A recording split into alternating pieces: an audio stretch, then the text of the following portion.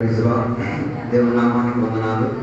ఈ పగటి వేళ దేవుని యొక్క సన్నిధిలో ఉపవాసంతో ప్రార్థనతో కనిపెట్టుకు తీరడానికి దేవుడు మనందరి జీవితంలో కనిపించిన గొప్ప భాగ్య తరగతిని బట్టి దేవుని తీసుకోవాలి. దేవుడు మనందరినీ కూడా దీవించును గాక, ఆశీర్వదించి దేవుడు నడిపించుకు తీరడానికి దేవుడు కృపావాత్సల్యం దయచేయును గాక. గత రోజుల్లో దేవుడి వాక్య ప్రాంతంలో నుంచి మనం సంఘానికి ఉన్న శ్రేష్టత గురించి నేర్చుకోవడానికి దేవుడు మనల్ని సహాయపరిచారు. చాలా మందికి ఇప్పుడు కూడా సంఘం గురించి అవగాహన లేకపోవడమే, సంఘముతో ఉన్న అనుబంధం ఏంటిదో తెలియకపోవడమే చాలా మంది ఆత్మీయ జీవితానికి నాశనం కలిగే స్థాయి వెళ్ళిపోతున్నట్టుగా మనం చూడగలిగి తీరుతున్నాం. అందుకే రాబోయే రోజుల్లో సంఘం గురించి తెలుసుకు తీరడానికి దేవుని యొక్క బిడ్డలు తెలుసుకు తీరాలి. రక్షణ పొందిన తర్వాత ఉన్న గడువులో రెండో మెట్టని చెప్పు తీరవచ్చు సంఘముతో ఉన్న అనుబంధం. చాలా మందికి సంఘముతో ఉన్న అనుబంధాలు సరిగ్గా లేకపోవడమే ఆత్మిక విడుదల జీవితంలో అనుభవించలేకపోతున్నారు. అందుకే గత వారం దేవుని యొక్క వాక్య లేఖనంలో నుంచి సంఘానికి ప్రాధాన్యత ఇచ్చిన కొందరి గురించి దేవుని వాక్య లేఖనాల నుంచి మనం చూసాం. ఈరోజు దేవుని వాక్య లేఖనాలను మనం చూద్దాం. సంఘానికి దేవుని యొక్క ప్రేమ పట్ల ఇతర దేశస్తులు లేకపోతే దేవునికి ఎరగకుండా దేవునితో అనుబంధం లేకుండా ఉన్నవారు ఏ రీతిగా దేవునికి అనుబంధాన్ని ఖాయం చేశారు దాని గురించి మనం చూద్దాం. ఎందుకు దేవుడు సంఘము గురించి లేకపోతే సంఘములో సభ్యులు కాకుండా ఉన్న అన్యులను దేవుని వాక్య లేఖనాల్లో దేవుడు పరామర్శించడానికి కారణం ఏంటంటే సంఘం గురించి అవగాహన లేని సంఘ బిడ్డలకి అన్యుల దగ్గర నుంచి దేవుడు బుద్ధి నేర్పించే దేవుడు అని వాక్యం సెలవిచ్చుచున్నది. కారణం ఏంటంటే సొంత ఇంట్లో బుద్ధి నేర్చుకోలేనోడు ఊర్లో ఉన్నాడు దెబ్బలు కాసి ఏం చేయాలి, బుద్ధి నేర్చుకోవాల్సిన పరిస్థితి ఉన్నది. అదొక సామెత ఉంది. సొంత ఇంట్లో నీ పిల్లలకు కొట్టి బుద్ధి నేర్పించలేకపోతే ఊరోడు తండ్రి నీ పిల్లలకు ఏం చేస్తారు, బుద్ధి నేర్పించి తీరుతారు. అందుకే దేవుడు ఇతరులను అన్య దేశస్తులను దేవుడి యొక్క సంఘ బిడ్డానికి సందేశాన్ని ఇచ్చి తీరడానికి ఉపయోగించడానికి ఉన్న కారణం ఏంటిది అంటే సంఘ బిడ్డల లోపల దేవునికి ప్రాధాన్యత అర్థమై తీరడానికి. అందుకే బైబిల్ గ్రంథంలో దేవుడు అనేక మంది అన్యులను దేవుడు ఉపయోగించినట్టుగా బైబిల్ సెలవిచ్చుచున్నది. వారు సంఘానికి దేవుని యొక్క నామానికి ఇచ్చిన శ్రేష్టత ఏంటో బైబిల్ గ్రంథంలో ఒకటి వేల మనం ధ్యానించుకు తీరుదాం. ఆదికాండం 14వ అధ్యాయానికి వచ్చినప్పుడు మనకు అక్కడ కనబడుతున్నది మెల్కీసెదెకు అని చెప్పిన ఒక వ్యక్తిని దేవుడు ఉపయోగించిన ఒక క్రమం దేవుని యొక్క వాక్యం మనకి బోధించుచున్నట్టుగా మనకి కనిపిస్తున్నది. మెల్కీసెదెకు గురించి బైబిల్ చెప్తున్న మాట, మెల్కీసెదెకు ఒక క్రమావళి గురించి ఏ రీతి కలిగిన అవగాహన మనకి బైబిల్ చూపించి తీరట్లేదు. అందుకే ఆదికాండం 14వ అధ్యాయం 18 నుంచి 21వ వచనం వరకు మనం చదివి వెళ్ళినప్పుడు మెల్కీసెదెకు గురించి ఉన్న ప్రాధాన్యత మనకు అక్కడ కనబడుతున్నట్టుగా మనం చూసి తీరొచ్చు. మెల్కీసెదెకు అన్న పదానికి అర్థం నీతియుక్తమైన రాజు అని చెప్పి తీరొచ్చు. మెల్కీసెదెకు గురించి బైబిల్ చెప్తున్న మాట, ఆయన ఒక రాజు, ఒక యాజకుడు. ఆయన అంత శ్రేష్ట ఘనతలో ఉండి దేవునికి సేవించిన ఒకటిగా బైబిల్ బోధించినట్టుగా మనకి కనబడుతున్నది. ఆయన నివాసం చేసింది షాలేం దేశానికి. షాలేం అన్న పదానికి అర్థం సమాధానం కల్పించుచున్నాం. అందుకే ఆయన నివసించిన రాజ్యం సమాధానం కల్పించే ఒక రాజ్యంగా ఉన్నది. అందుకే దేవునికి ఎదగని ఒకడు లేకపోతే దేవుని యొక్క సంఘంలో సభ్యుడు కాని ఒకడు తన రాజ్యాన్ని సమాధానాన్ని ఉంచుకోగలిగి తీరాడు. ఇక్కడ మనం బుద్ధి నేర్చుకోవాలి. నువ్వు సమాధానం గురించి గొప్ప గొప్ప పాట పాడి నీ కుటుంబంలో సమాధానం లేకపోతే నీ రాజ్యం కూలిపోయిందని అర్థం చేసుకుని తీరాలి. అందుకే మెల్కీసెదెకు దగ్గర నుంచి అర్థం చేసుకుని తీరు ఆయన నివసించిన రాజ్యం సమాధానానికి ఆధారపడిన రాజ్యంగా మార్చుకు తీరాడు. అందుకే పగటి వేళ నేను కలిగేది మెల్కీసెదెకు దగ్గర నుంచి నేర్చుకో. ఆయన నివసించిన పట్టణంలో నగరస్తులను ఏం చేసుకోగలిగాడు, సమాధానముతో నిలబెట్టుకోగలిగి తీరాడు. అందుకే షాలేం దేశానికి ఆయన రాజుగా నివసించినట్టుగా బైబిల్ మనకి చెబుతున్నది. అతడితో అక్కడ సరిపోలేదు. షాలేము రాజు దేవునికి ప్రాధాన్యత ఇచ్చిన యాజకుడిగా, దేవునికి ఇచ్చిన యాజకుడిగా, రాజుగా తన పరిపాలనను ఏం చేసుకు తీరాడు, ఏర్పరచుకోవడానికి ప్రారంభించుకోగలిగి తీరాడు. చాలా మంది దేవుని యొక్క బిడ్డల జీవితంలో వారు దేవుని యొక్క సమాధానాన్ని ఏం చేసుకోలేకపోతున్నారు, ఇతరులకు చూపించలేకపోతున్నారు. అందుకే దాని కింద ఉన్న వాక్య భాగాలు మనం చదవగలిగి తీరితే ఆయన అబ్రహాముతో కలిసిన సందర్భమున అబ్రహాముతో సమాధానం ఉండబట్టే రొట్టి ద్రాక్షారసం ఇచ్చుకోగలిగి తీరి యేసయ్యకు అనుబంధాన్ని వ్యాఖ్యానపరచుకోగలిగి తీరారు. ఈ కాలంలో చాలా మంది దేవుని యొక్క రొట్టి ద్రాక్షారసం ఒట్టి విందుకెళ్ళి తిన్నట్టుగా తినేస్తున్నారు. అంతే తప్ప దానికి ఉన్న ప్రాధాన్యత వారికి అర్థం కావట్లేదు. మరి మీరెందుకు బల్లారాధన తింటానో నాకు తెలియదు. నేను మాత్రం బల్లారాధన తీయడానికి, నా వ్యక్తిత్వ జీవితాన్ని పరిశోధించుకు తీరడానికి, నేను వాక్య పరిమితిలో ఉన్నానా లేదా అని తెలుసుకు తీరడానికి, నేను దేవుని రాకడలో సిద్ధమై వెళ్ళాలా ఉన్నదానిని క్రమపరచుకు తీరడానికి నేను బల్లారాధన తీసుకుని తీరేది. అలాగే ఇక్కడ మెల్కీసెదెకు అబ్రహాముకి బలాలను ఇచ్చుకు తీరడానికి కారణం ఏంటి అంటే ఆయన యేసయ్యతో ఉన్న అనుబంధాన్ని గాయపరచుకు తీరడానికి. అందుకే ప్రియ పత్రికలో మెల్కీసెదెకుని యేసయ్యకున్న వారసత్వములో ఆయనను కూడా ఉపయోగించినట్టుగా బైబిల్ మనకి చెప్పి చేరుతున్నది. అయితే మెల్కీసెదెకుకు ఉన్న పరిజ్ఞానం మనం చూడగలిగి తీరితే ఆయన అబ్రహాముతో మాట్లాడుతున్న సందర్భంలో అబ్రహాంని ఆశీర్వదించే చర్యలో ఆయన ఒక పదాన్ని ఉపయోగించుచున్నాడు. అత్యున్నతమైన దేవుడు, లేకపోతే శ్రేష్టత చెందిన దేవుడు, అధికారం చెందిన దేవుడు అన్న పదాన్ని ఉపయోగించినట్టుగా మనకు అక్కడ కనిపిస్తున్నది. దాని అర్థం ఆయన దేవునికి ఎంత శ్రేష్ఠుడిగా లెక్కించుకునేవాడు, అంత దేవునికి భాగ్యం కలిగే చర్యలో ఆయన చేసుకునే అనుచారిగా నిలబడిన ఒక మన బైబిల్లో మనకి కనిపించి తీరుతున్నది. అందుకే నేను చెప్పి రావడం అనుకున్న ఉద్దేశం ఆయన రాజ్యం సమాధానపరచడం మాత్రం కాదు, ఆయన దగ్గరికి వచ్చిన వారిని యేసయ్యతో అనుబంధపరచుకోగలిగి తీరాడు, ఆయన దగ్గరికి వచ్చిన వాడికి ఆశీర్వదించుకోగలిగి తీరాడు, ఆయన దగ్గర వచ్చిన వాడికి దేవునితో అనుబంధాన్ని గాయపరచుకు తీరగలిగాడు. అలాగైతే నువ్వు దేవునితో అనుబంధం ఉండి నువ్వేం చేసినావు అన్నది పగటిలో పరిశోధించుకు తీరాలి. నువ్వు దేవుని యొక్క ప్రజలని దేవుని దగ్గరికి తోడుకు రాలేకపోతే అన్యులను దేవుని దగ్గర ఏ రీతిగా తోడుకురాగలిగేది? అబ్రహాం గురించి బైబిల్ చెప్తున్న మాట, అబ్రహాం దేవునికి నమ్ముకున్నాడు. దేవునిని నమ్మడం మాత్రం కాదు, తన జీవితంలో దేవునికి ఆరాధన చేయడం మాత్రం కాదు, సేవించడం మాత్రం తన జీవితంలో ఒక గొప్ప భిన్నత ఎప్పుడు కలిగి తీరింది. మల్కీసెదెకుని కలిసినప్పుడు తన జీవితంలో ఒక భిన్నత కలిగి తీరింది. ఆయన జీవితం ఇంకా ఉత్సాహభరితంగా మారి తీరింది. అందుకే మల్కీసెదెకు ఏం చేసుకోగలిగాడు? అబ్రహాముకు బలపరచుకోగలిగి తీరాడు, అబ్రహాముకి ధైర్యపరచుకోగలిగి తీరాడు, అబ్రహాముకి ఇంకా దేవుని యొక్క సన్నిధిలో ఆత్మీయత. అప్పటి వరకు అబ్రహాం ఏం చేయలేదు, రొట్టి ద్రాక్షారసం పుచ్చుకోలేదు. అప్పటి వరకు అబ్రహాం దశమ భాగం ఇచ్చుకు తీరలేదు. కానీ ఆ రోజు తనకు అర్థమై తీరింది, మల్కీసెదెకు మూలంగా ఆయనకి పరిజ్ఞానం వచ్చి తీరింది. ఈ పగటి వేళ నువ్వు దేవునికి సేవించి, నువ్వు దేవునికి ఆరాధన చేసి, నువ్వు ఒక అన్యుడికి బుద్ధి చెప్పలేకపోతే అన్యుడి దగ్గర నుంచి బుద్ధి నువ్వు నేర్చుకోవాల్సిన పరిస్థితి వస్తుంది. అందుకే దేవుడు మల్కీసెదెకుని దేవుడు బైబిల్ గ్రంథంలో రాసినట్టుగా బైబిల్ మనకి చెప్తున్న మాట. అందుకే అక్కడ చెప్పిన మాటలో నిజాయితీ కలిగిన ఆశీర్వాదం ఇతరులకు అప్పగించేది. అందుకే ఈ కాలంలో క్రైస్తవుల ఆశీర్వాదంలో పెరిగారు తప్ప ఇతరులకు ఆశీర్వాదంగా మారి తీరలేదు. అబ్రహాము గురించి చెప్తున్న మాట, ఆయనకి దేవుడు బహుగా ఆస్తిని ఇచ్చారు, సంపాదన ఇచ్చారు, కానీ తన దీవెనను ఏం చేసుకోగలిగాడు? యథార్థ ఆత్మీయుడితో ఏం పంచుకోగలిగి తీరాడు. అందుకే అబ్రహామును మల్కీసెదెకు దీవించే చర్యను ఉపయోగించినట్టుగా మనకి కనబడుతున్నది. తర్వాత అబ్రహాము మల్కీసెదెకు గురించి చెప్తున్న మాట, మల్కీసెదెకు అబ్రహాంను ఆశీర్వదించడం మాత్రం కాదు, మల్కీసెదెకు తన జీవితంలో ఏం చేసుకున్నాడు? ఆత్మీక నిబంధన కొరకు మల్కీసెదెకు ఉపయోగపడేటట్టుగా మనకి కనబడుతున్నది. అందుకే అబ్రహాము తన 10వ వంతు ఎవరికి ఇచ్చారు? మల్కీసెదెకుకి ఇచ్చారు.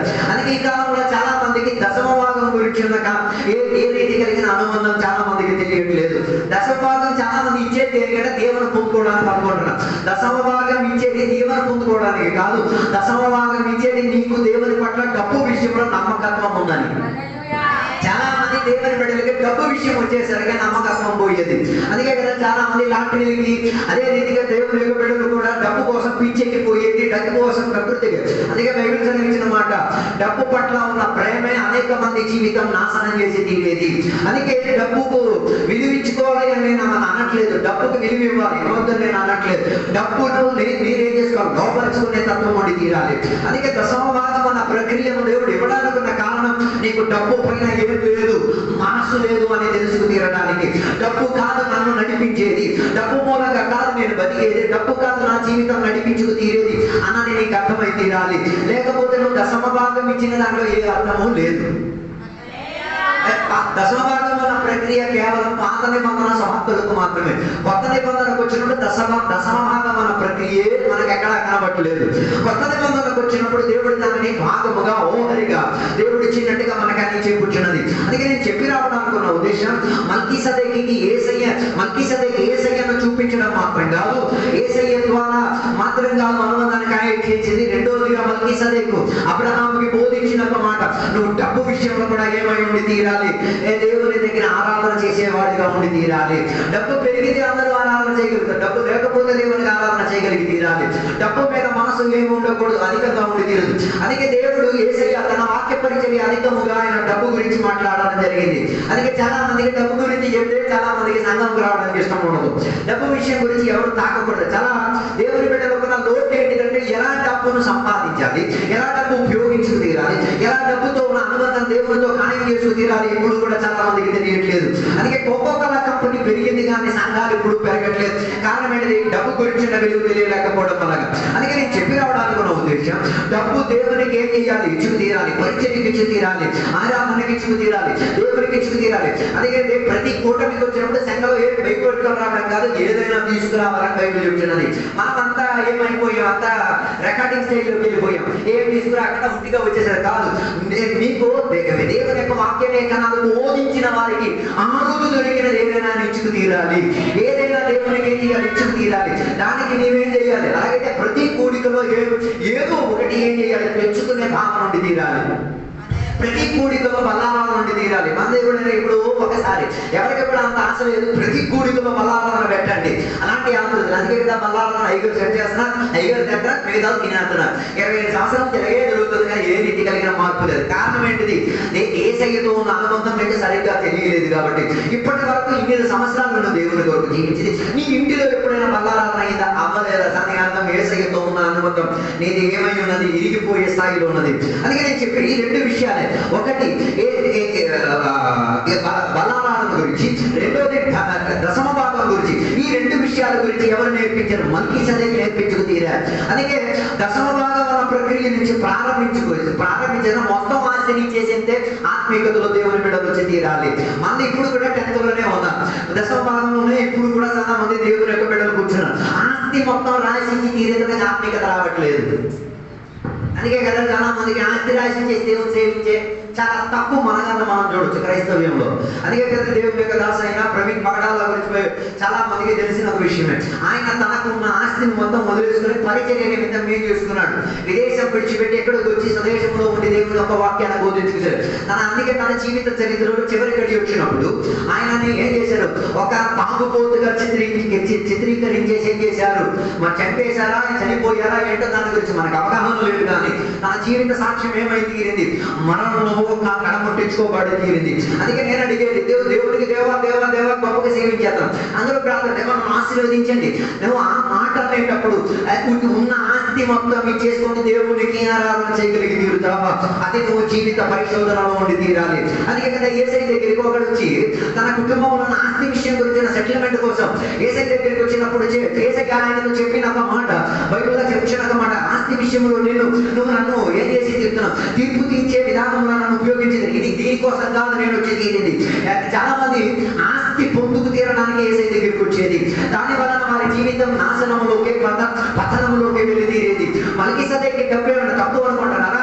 మల్కీసెదెకు ఆస్తి ఏమైనా తక్కువ అనుకుంటున్నారా? ఆయన దశమభాగం ఇచ్చి తీరడానికి కూడా కారణం అబ్రహాముకి డబ్బు పైన ఏం లేదు, అధికారం లేదు. అబ్రహాము యొక్క దేవుడు డబ్బు పైన అధికారం చెందిన వాడని రుజువు పరిచి తీరడానికి. అందుకే చాలా మంది ఈ కాలంలో ఉపవాస కూడికలు కూడా చేసేస్తారు దేనికోసం? డబ్బు సంపాదించడానికి. అయ్యో, అది నీ ఆత్మీయతకు భంగాన్ని తీసుకొచ్చి తీరుతుంది. అందుకే తెలుసుకు తీరాలి. ఆరాధన అదే రీతిగా ఇచ్చుపుచ్చు విషయం ఒకే తరగతిలో వెళ్ళి తీరాలి. ఆరాధన ఇచ్చుపుచ్చు విషయం ఒకే తరగతిలో వెళ్ళి తీరాలి. అలా వెళ్ళి తీరితేనే నీ విశ్వాసంలో నిలకడతో ఉన్నట్టుగా. రెండోదిగా బైబిల్ చెప్పిన మాటలు మనం చూడగలిగితే ఈతరు అని చెప్పిన ఒక వ్యక్తిని దేవుడు ఉపయోగించడం మనం చూడొచ్చు. నిర్గమకాండం 18వ అధ్యాయం 8 నుంచి దాని 12వ వచనం వరకు చదివినప్పుడు ఇతరు అని చెప్పిన ఒకరిని దేవుడు ఎవరి కొరకు? ఇశ్రాయేలీయులకు హెచ్చరికించి తీరేందుగా దేవుడు ఉపయోగించినట్టుగా మనకి కనిపిస్తున్నది. ఇతరు అని చెప్పిన ఒక మనిషి గురించి సంఖ్యాకాండం చెప్పిన ఒక మాట, ఆయన ఒక మిద్యానీయుడు దేశానికి చెందిన ఒక యాజకుడు. ఆయన ఇశ్రాయేలీయుడు కాదు. ఆయనకి ఇశ్రాయేలుతో ఏ రీతి కలిగిన అనుబంధం లేదు. ఇతరు అంటే ఇంకెవరు కాదు, మోసే గారి మామగారు. ఆయన మిద్యానీయుల దేవదేవతలను ఏం చేసేవాడు? సేవించేవాడు, ఆరాధన చేసేవాడు. అలా తన జీవితాన్ని ఏం చేసుకుని నడిపించుకునే ప్రక్రియలోకి వెళ్ళారు. కానీ తన జీవితంలో దొరికిన ఒక భాగ్యం అని చెప్పి తీరొచ్చు. తన ఇంటికి అల్లుడుగా మోస రావడము, మోసే దేవుని గురించిన శుభవర్తమానం అందించుకు తీరడానికి ప్రవణత జరిగి తీరింది. ఎక్కడ ఉన్నప్పుడు దేవుని బిడ్డలు అర్థం చేసుకు తీరాలి. మీరు ఒక ప్రశ్న మీలోకి వచ్చి, దేవుని బిడ్డలు అన్యులకు పెళ్లి చేసుకు తీరొచ్చా? దేవుని యొక్క బిడ్డలతో అన్యులు వివాహం చేసుకునే ప్రక్రియ ఉందా? కొంతమంది ఛాలెంజ్ గా దాన్ని తీసుకుంటారు. అందుకే కదా సాక్ష్యం జీవితంగా సరిగ్గా లేదు. అందుకే ఇద్దరు దేవునికి నమ్ముకోలేదు. కానీ మోషే ఆ ఊరు మిద్యానీయుల ఊరికి వెళ్ళి ఆ పిల్లల్ని పెళ్లి చేసుకోవడానికి కూడా కారణం ఏంటంటే అయి ఉండొచ్చు, దేవుడు ఆయనతో మాట్లాడుండొచ్చు, దేవుడు ఆయనకి స్వయంగా చెప్పి ఉండి తీరొచ్చు. నాన్న దేవునికి నమ్మిన వాడు కాకపోయినా కూతురు దేవునికి నమ్మే ఒక ప్రక్రియలో ఉన్నది కాబట్టి మోషే ఏం చేసుకున్నాడు? ఇద్దరు యొక్క కుమార్తెని పెళ్లి చేసుకున్నాడు. చేసుకోవడం జరిగింది. అందుకే నేను చెప్పి రావడానికి ఉన్న ఉద్దేశం, మోషే ఆ ఇంటికి రావడం ఏమైంది, ఆశీర్వాదానికి కారణమై తీరింది. ఆ ఇంటికి దేవుడితో ఉన్న అనుబంధానికి ఏమైంది, ఒక ఓపెనింగ్ గా మారి తీరింది. ఆ ఇల్లు దేవునికి ఆరాధన చేయడానికి ఉన్న ఒక విధానంగా మార్పు రావడం జరిగింది. అందుకే ఇద్దరు దేవుని సన్నిధిలో ఆనందించినట్టుగా బైబిల్ నిర్గమకాండం దాన్ని 18వ అధ్యాయం 9వ వచనం చదివినప్పుడు చూడొచ్చు, ఇద్దరు ఆనందించుకోగలిగితే ఎందుకు, దేవుడు చేసిన గొప్ప విషయాలను చూసి, దేవుడు విడిపించిన విధానం చూసి ఆనందించుకోగలిగితే దాని అర్థం దేవుడికి నమ్మకం లేని, దేవుడితో అనుబంధం లేని, దేవునికి యాజకుడు కాని ఒకడికి దేవుని విషయం వినేటప్పుడు ఆనందం వచ్చి తీరిందంటే మోషే ఎంత మాత్రం ఆత్మిక అనుబంధం ఇచ్చి తీరడో ఆలోచించండి. అందుకే చాలా మంది దేవుని యొక్క బిడ్డలు ఆనందించలేకపోతున్నారు. ఆనందం అన్నది లేదు. ఆరాధనకు వచ్చినప్పుడు ఆనందం ఉండదు, దేవునికి సేవించినప్పుడు ఆనందం ఉండదు, సువార్తకి వెళ్ళినప్పుడు దాని అర్థం అమ్మ కూర్చో దేవుని దగ్గర ముందు ఆనందం పొందుకు తీరు. ఆనందం లేకుండా ఏ పని చేసినా దానికన్నా శాపం ఇంకొకటి లేదు. మోషే జీవితం ఆనందం చెందడానికి ఏమైనా ఉన్నాయా? లేదు. తన కుటుంబం మొత్తం ఏమైనా బానిస బతుకులో ఉన్నది. ఆయన ఒకటి హత్య చేసేసి దేశం నుంచి పారిపోయి వచ్చాడు. ఆయన మీద ఎన్నెన్నో అమానాలు ఉన్నాయి, ఎన్నెన్నో ప్రజలు ఆయన గురించి ఎన్నెన్నో మాట్లాడారు. ఇవన్నీ మనసు లోపల ఉన్న ఆయన సాన్నిధ్యంలో ఎందరో ఇంటికి ఏమిచ్చి సంతోషాన్ని ఇచ్చుకోగలిగినది. కొందరు యథార్థ దేవుని బిడ్డలు అడుగు పెడితే చాలు సమాధానం వ్యాపరించి తీరుతారు. కొందరు నిలబడితే చాలు వారి లోపల నుంచి పాజిటివిటీ వ్యాపరించదు. కొందరు వచ్చేసే చాలా సంతోషం, అందరూ వస్తే చాలు తెచ్చదు కన్నా నిజమే. దేవుని బిడ్డల గురించి నేను చెప్పాను అనే విషయం, నీవు వస్తే ఇతరులకు ఏ రీతి కలిగిన లాభోదయం కలుగుతుందో ఒకసారి పరిశోధించు. కానీ మోషే రావడం వలన ఇతరులకు ఆనందం కలిగింది. ఇతరు దేవుని సంతోషించుకోగలిగాడు. ఇతరు దేవుని యొక్క ఘనత గురించి వినడానికి ఆతృత చూపించుకోగలిగి తీరాడు. ఇలాగే దేవుని యొక్క శుభవర్తమానం అందించి తీరేది. అందుకే మేము చెప్తున్నమాట, శుభవర్తమానం అందించి వారు పాదం ఎంతో మనోహరం. పాదం గురించి అందరం మన నోరు కూడా వర్ణించుకు తీరాలి, ముఖం కూడా వర్ణించుకు తీరాలి. పాదం గురించి మాత్రమే చెప్పారు, మిగతా చెప్పలేదంటే అది అర్థం చేసుకోవాల్సిన విషయం. పాదం బాగున్నానంటే ముఖములు ప్రసన్నత ఉండి తీరాలి, ముఖములో ఆనందం ఉండి తీరాలి. మనకి బైబిల్ గ్రంథాన్ని ఇప్పించి ఉన్న దేవుని యొక్క దాసు విలియం కేరీ గారు భార్య పిచ్చిదైపోయి, పిల్లలు చనిపోయి, ఇంటి దగ్గర భార్య బట్టలు చింపేసుకొని మనం తినేసుకొని కూర్చున్న చర్యలో కూడా ముఖ వికారం కాలేదు. మనలో ఇంట్లో తాను వేసుకొని భార్యకి ఫుడ్, పేరెంట్స్, ప్రోడక్ట్స్ అన్ని పెట్టుకొని కూర్చొని ఉంటాం. అది కాదు విలియం కేరీ గారి పరిచర్య అన్నది ఆయనకు అర్థమైంది. అందుకే బయటకు వచ్చినప్పుడు మహా సంతోషముతో ఆయన సువార్త ప్రకటించుకొని అనేకులకు ఏం చేసుకోగలిగారు, సంపాదించుకోగలిగారు. తన లోపల సంతోషం లేదు కానీ బయటికి వెళ్ళేసరికి వాక్యం పట్టుకొచ్చేసరికి ఇతరులకు సంతోషాన్ని ఇచ్చుకోగలిగారు, ఇతరులకు సమాధానాన్ని ఇచ్చుకోగలిగారు, ఇతరులకు తన జీవితాన్ని ఏం చేసుకోగలరు, తన జీవితాన్ని కాల్చిపెట్టుకుని ఆయన ఏం చేసుకోగలిగి దేవుడిని చూపించుకోగలిగారు. అందుకే బైబిల్లో ఒక వివరాలు తన కొడుకు చనిపోయారు. కొడుకు చనిపోయిన సందర్భంలో మనోదైతే మా విశ్వాసాలు అయితే మా చెప్పక్కర్లేదు, పిచ్చోళ్ళకన్నా హీనంగా వస్తారు. దాని దగ్గర నుంచి బుద్ధి నేర్చుకోండి. ఆమె ఏం చేసి తీరింది, తన ఇంట్లో జరిగిన మరణాన్ని హృదయం లోపల దాచిపెట్టుకుంది. ముఖములో ఏం చేసింది, ఆనందాన్ని చూపించి తీరింది. కొందరు ఇళ్లలో మరణాలు జరిగితే వాళ్ళంతా అసలు స్థితిగతులు అర్థమై తీరేది. ఇప్పుడు కూడా కొందరికి అర్థం కావట్లేదు, ఎందుకు దేవుడు మరణాన్ని ఇచ్చేది, కుటుంబంలో దేవుడు ఎందుకు మరణాన్ని ఇచ్చేది,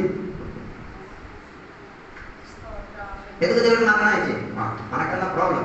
కొందరైతే బెందించేసి ప్రార్థించేసి ప్రార్థన చేస్తారు. ఏమని, మా గడప దగ్గరికి నేను రాకూడదు, మరణం జరగాలి. మరణం జరిగితేనే ఆ లోటు అంటే ఏదో నీకు అర్థమైంది. ఇప్పుడు మా ఇంట్లో మా అమ్మ మరణించింది, ఆ మరణించిన మూలంగా ఎన్నో లోటులు. అప్పుడే మాకు ఛాలెంజ్ అవుతుంది, నువ్వు లేకపోయినా మేము బతకొచ్చు, నువ్వు లేకపోయినా మా జీవితం నిలకడత్వం కలిగి ఉండి తీరొచ్చు, నువ్వు లేకపోయినా నీ పనులను మేమేం చేయొచ్చు, ఇంకా ముందుకు కొనసాగించుకు తీరుతున్న ఆతృత వచ్చి తీరేది.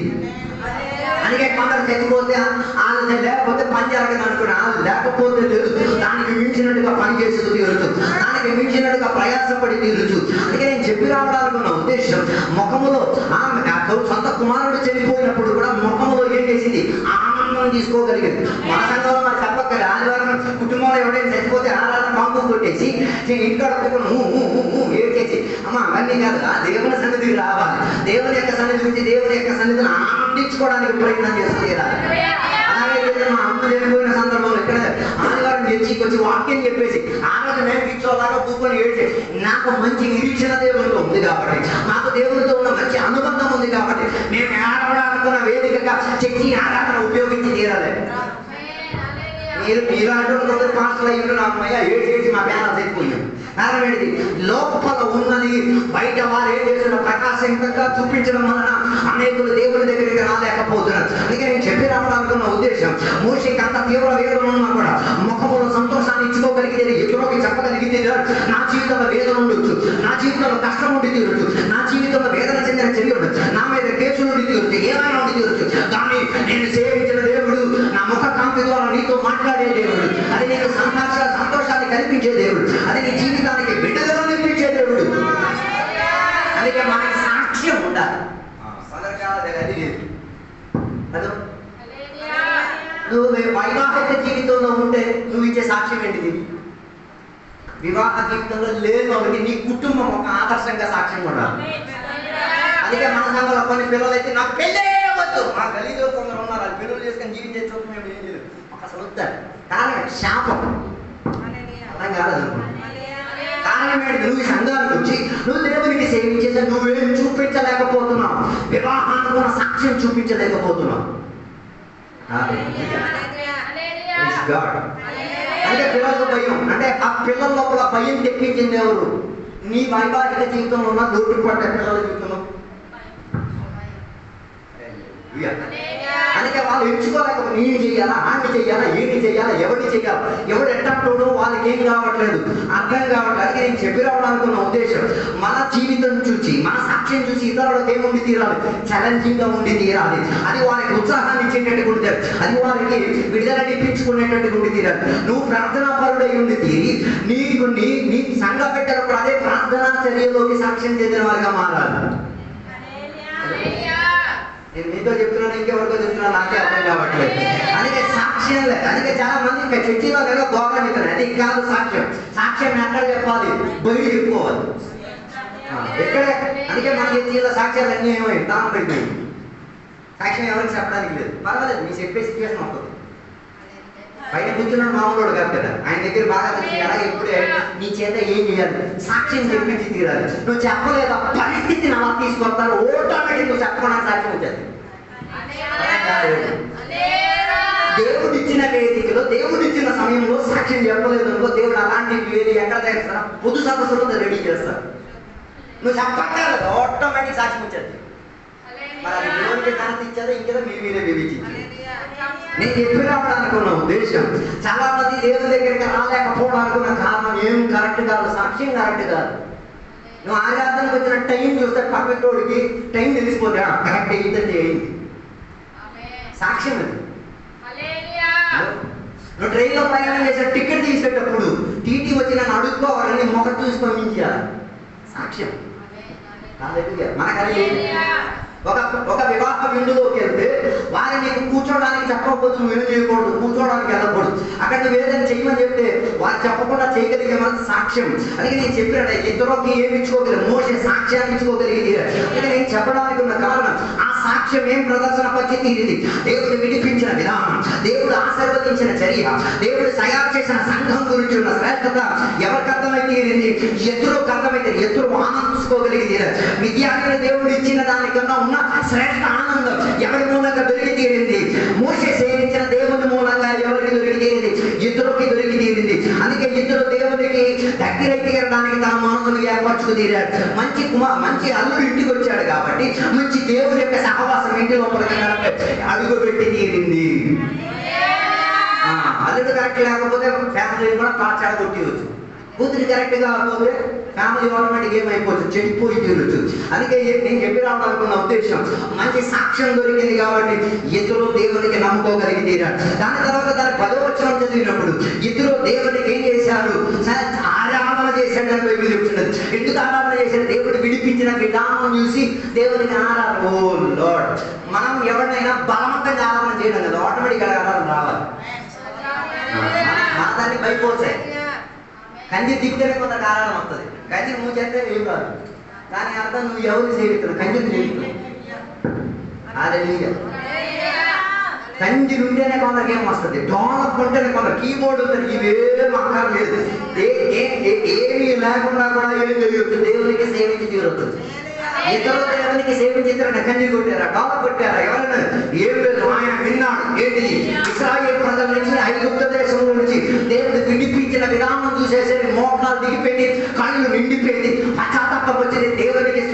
చెప్పగలిగే ఆరాధన చేయగలిగే చర్య వచ్చేసింది. మన గుడికల్లో కూడా మీరు చూడండి, ఆరాధన కూడా పాస్టర్ గారు ఏం చేయాలి, చుచ్చి పెట్టాలి.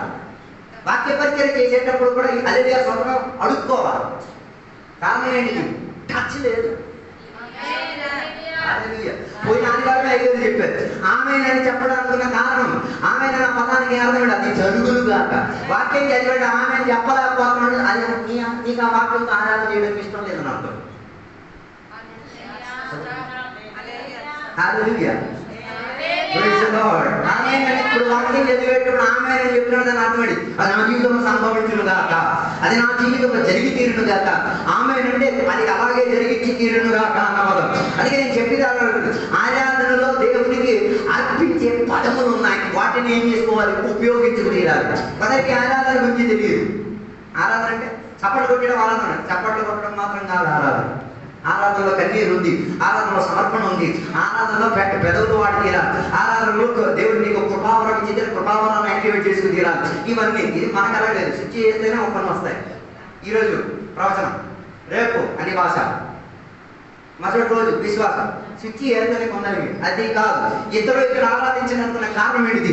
ఆయన ఇశ్రాయేలీయుల పట్ల దేవుడు చేసిన విడుదలను చూపించినప్పుడు దాని అర్థం దేవుడు నిన్ను విడిపించిన దానిని నువ్వు చెప్పేటప్పుడు ఇతరులకు ఆరాధన రావాలి, ఇతరులకు ఏం రావాలి, ధైర్యం రావాలి, ఇతరులకు దేవునికి సేవించే భావన రావాలి. ఇన్నాళ్ళ వరకు ఇద్దరు ఎవరికి సేవించారు? విజ్ఞాని దేవతకి. ఆయన ఇష్టమైన కష్టమైన ఏం చేసుకోగలిగాడు? ఆయన దేవతతో సమర్పణ కలిగేట్టుగా సేవించి కానీ ఆ రోజు తన జీవితంలో ఒక మార్పు వచ్చి తీరింది. అయ్యో, నేను ఇన్నాళ్ళు సేవించిన విధానం కాదు, నేను ఇన్నాళ్ళు స్తుతించిన విధానం కాదు, నేను ఇన్నాళ్ళు చేయకొట్టిన విధానం కాదు, ఈ దేవుని ఒక ప్రత్యేకత ఉంది.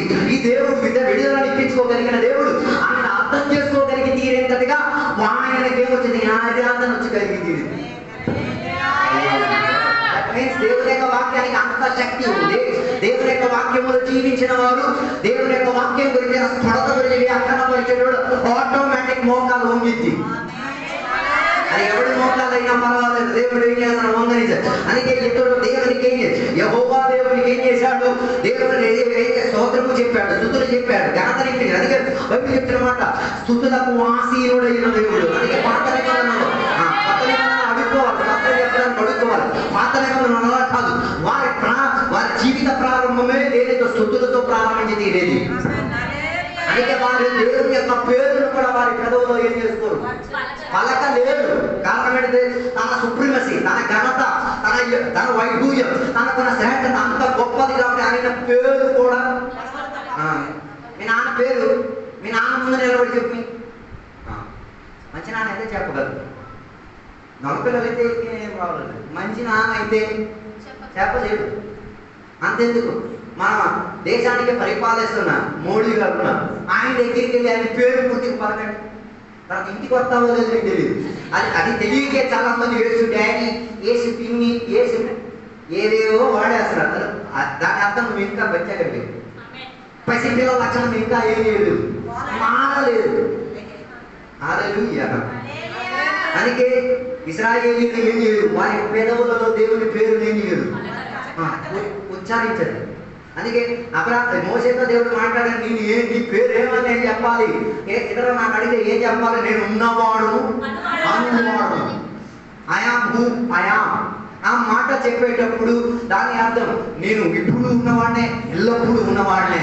నాలో నన్ను ఒక పేరు లోపల నీవేం చేయలేవు, బంధించేసి ఒదిగించలేవు. అర్థం కాలేదు. మన దేవుని బిడ్డలు పేరుతోనే దేవుని బంధించేశారు. కొన్ని పేరుతోనే దేవుని ఏసైని దేవుణ్ణి ఏం చేశారు? బంధించేశారు.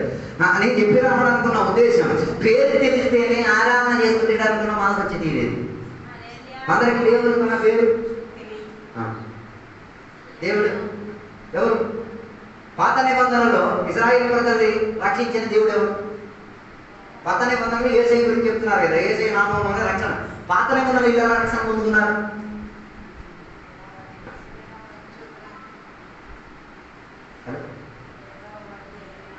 మనకి ఎక్కడే ప్రాబ్లం వచ్చేసింది. యెహోవా దేవుడు వారికి కేవలం ఏమైంది?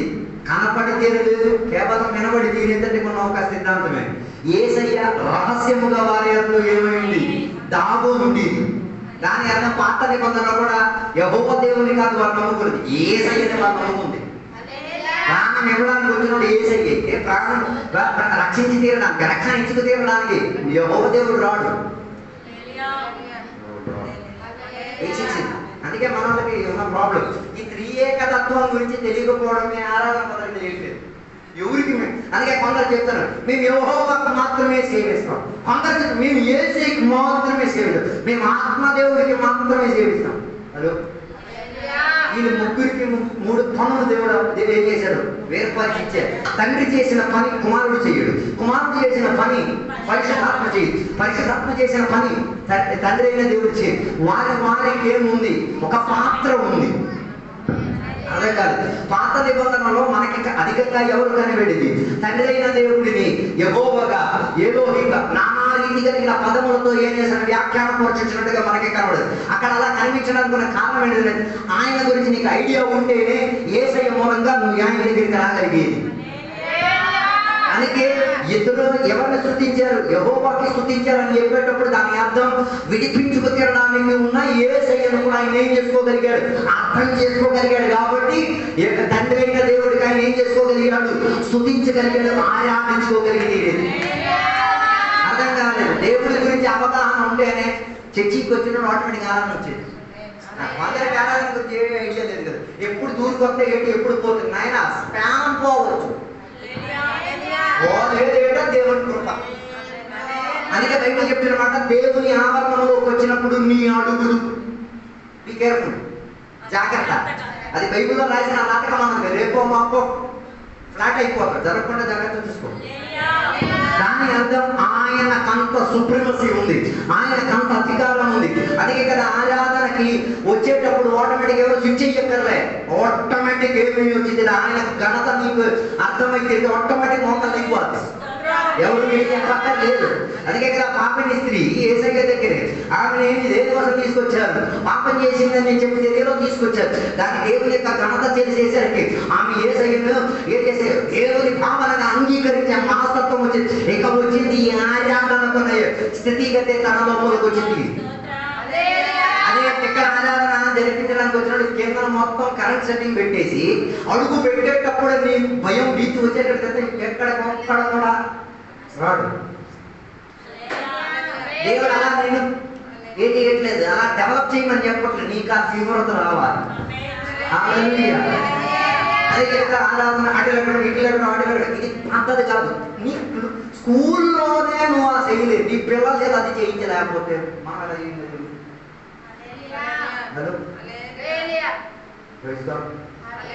ఈ మధ్య మేము ఒక ఆసుపత్రికి వెళ్ళాం. ఆసుపత్రికి వెళ్ళిన డాక్టర్ వచ్చిన టైంలో అక్కడ ఉన్న పేషెంట్లు కుటుంబ సభ్యులు అంతా ఏం చేసేసారు, తోలేసారు, బయట తీసుకోవడానికి. నాకు అర్థం కాలేదు, ఏంటి ఇలా చెప్తున్నారు. వాళ్ళే కదా డబ్బులు కట్టేది, డబ్బులు కట్టొచ్చు కానీ అప్పుడు నా పనిలో ఎవరు ఏముండకూడదు, అభ్యంతరం ఉండకూడదు. అందుకే నేను చెప్పి రావడానికి నా ఉద్దేశం ఇదే. ఎందుకు చాలా మందికి స్థుతులు రావట్లేదు, ఎందుకు దేవునికి ఆరాధించిన భావన రావట్లేదు, కారణం ఏంటంటే దేవునికి ఉన్న గొప్పతనం అర్థం కాలేదు. కాబట్టి పరిశుద్ధాత్మ గురించి అబద్ధం చెప్పినాడు ఒక ఇన్స్టెంట్ గా ఆరాధన మధ్యలో ముందు చనిపోయిన చరిత్ర బైబిల్లో ఉంది. ఇప్పుడు చావట్లేదా, సస్తున్నారు, మెల్లిమెల్లిగా సస్తున్నారు, ఒకేసారి చావట్లేదు. అది నేను చెప్పి రావడానికి ఉన్న ఉద్దేశం, ఇశ్రాయేలు ప్రజలు దేవునికి ఆరాధన చేయడానికి ఉన్న కారణం తన ఘనత, తన వైఢూర్యం, తనకున్న శ్రేష్టతను వినేటప్పటికి వారికి ఏమనిపించేది, భయము, ప్రీతి, ఆరాధన చేసుకోవడానికి ఉన్న తత్వం అనిపించేది. ఇద్దరు దేవునికి సేవించడానికి ఆరాధన చేయడానికి ఉన్న కారణం తెలుసా, ఆ దేవునికి ఉన్న ఘనత ఎంతకో, ఆయన పేరు నేను పెదవుతో వాడలేదు, ఆయన ఘనతని నేను నా జీవితం ఉపయోగించలేదు. ఇది కేవలం దేవుని ఉచిత కృప, ఇది దేవుడు నాకు ఇచ్చిన మేలు, దేవుడు ఇచ్చిన కృప అని తెలుసుకుంది. ఆయన లోపల ఏమొచ్చింది, తగ్గే భావం వచ్చింది. నిజమైన ఆరాధన ఎలా వచ్చింది ఇది అందుకే కదా దేవునికి ఆరాధించిన వారు ఆత్మతో సత్యముతో, దాని అర్థం నీ ఆత్మతో కాదు, పరిశుద్ధాత్మతో నిజాయితీ. మనందరినీ దొంగ ఆరాధనలే, ఫాల్స్ వర్షిప్. దొంగ ఆరాధన అంటే వచ్చేస్తారు, ఓ ప్రభు ఎవరిని నటించడానికి, అదేదో 8 గంటలకు వచ్చి చెయ్యి. మనం అనుకుంటాం వచ్చి లేటుకు వచ్చేసినైనా దూరం వచ్చి నన్ను క్షమించు దేవా అయితే అయిపోద్ది. నాటకం అది, అదేదో ఎప్పుడు చేయాల్సిన పనిది. ప్రార్థన ఇక్కడ ప్రారంభించక ముందు చేయాల్సిన పని అది. నువ్వు దాన్ని మధ్యలో శిక్ష వేసేసుకొని ఏం చేసుకుంటున్నావు? ఇది కూడా ఒక ఆరాధన. No, it's force worship. అది ఒక దొంగ ఆరాధన.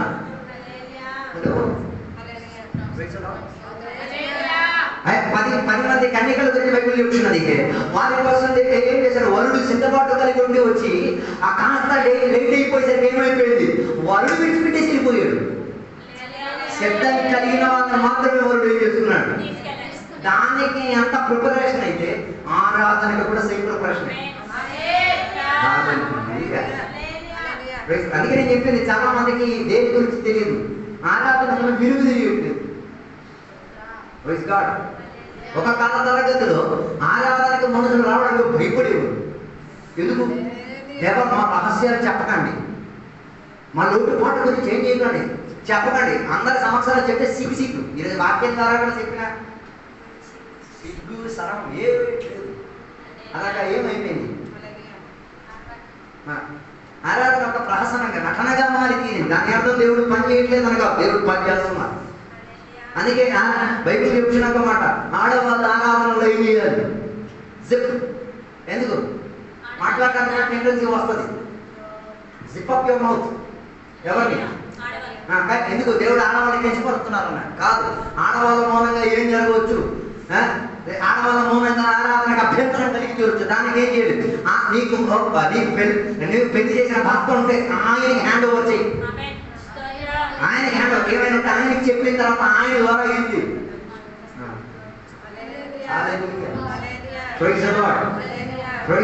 నేను చెప్పేటప్పుడు ఉద్దేశం, యెహోవాకు ఎవరు ఇతరు ఏం చేసుకోగలిగాడు? స్తుతులు అందించుకోగలి, ఆరాధన చేయగలిగి తీరాడు. అందుకే నేను చెప్పి రావడానికి ఆరాధన ఎప్పుడు తీరేది? దేవుడు నీ పట్ల చేసిన దాని గురించి నీకు అవగాహన ఉంటే ఆటోమేటిక్ నీకు ఆనందం వస్తుంది. అందుకే ఇక్కడ అపోస్తల కార్యంలో మనం చూడవచ్చు, అప్పటి వరకు చర్చి బయట నిలబడి కూర్చొని ఏం చేసుకునేవాడు?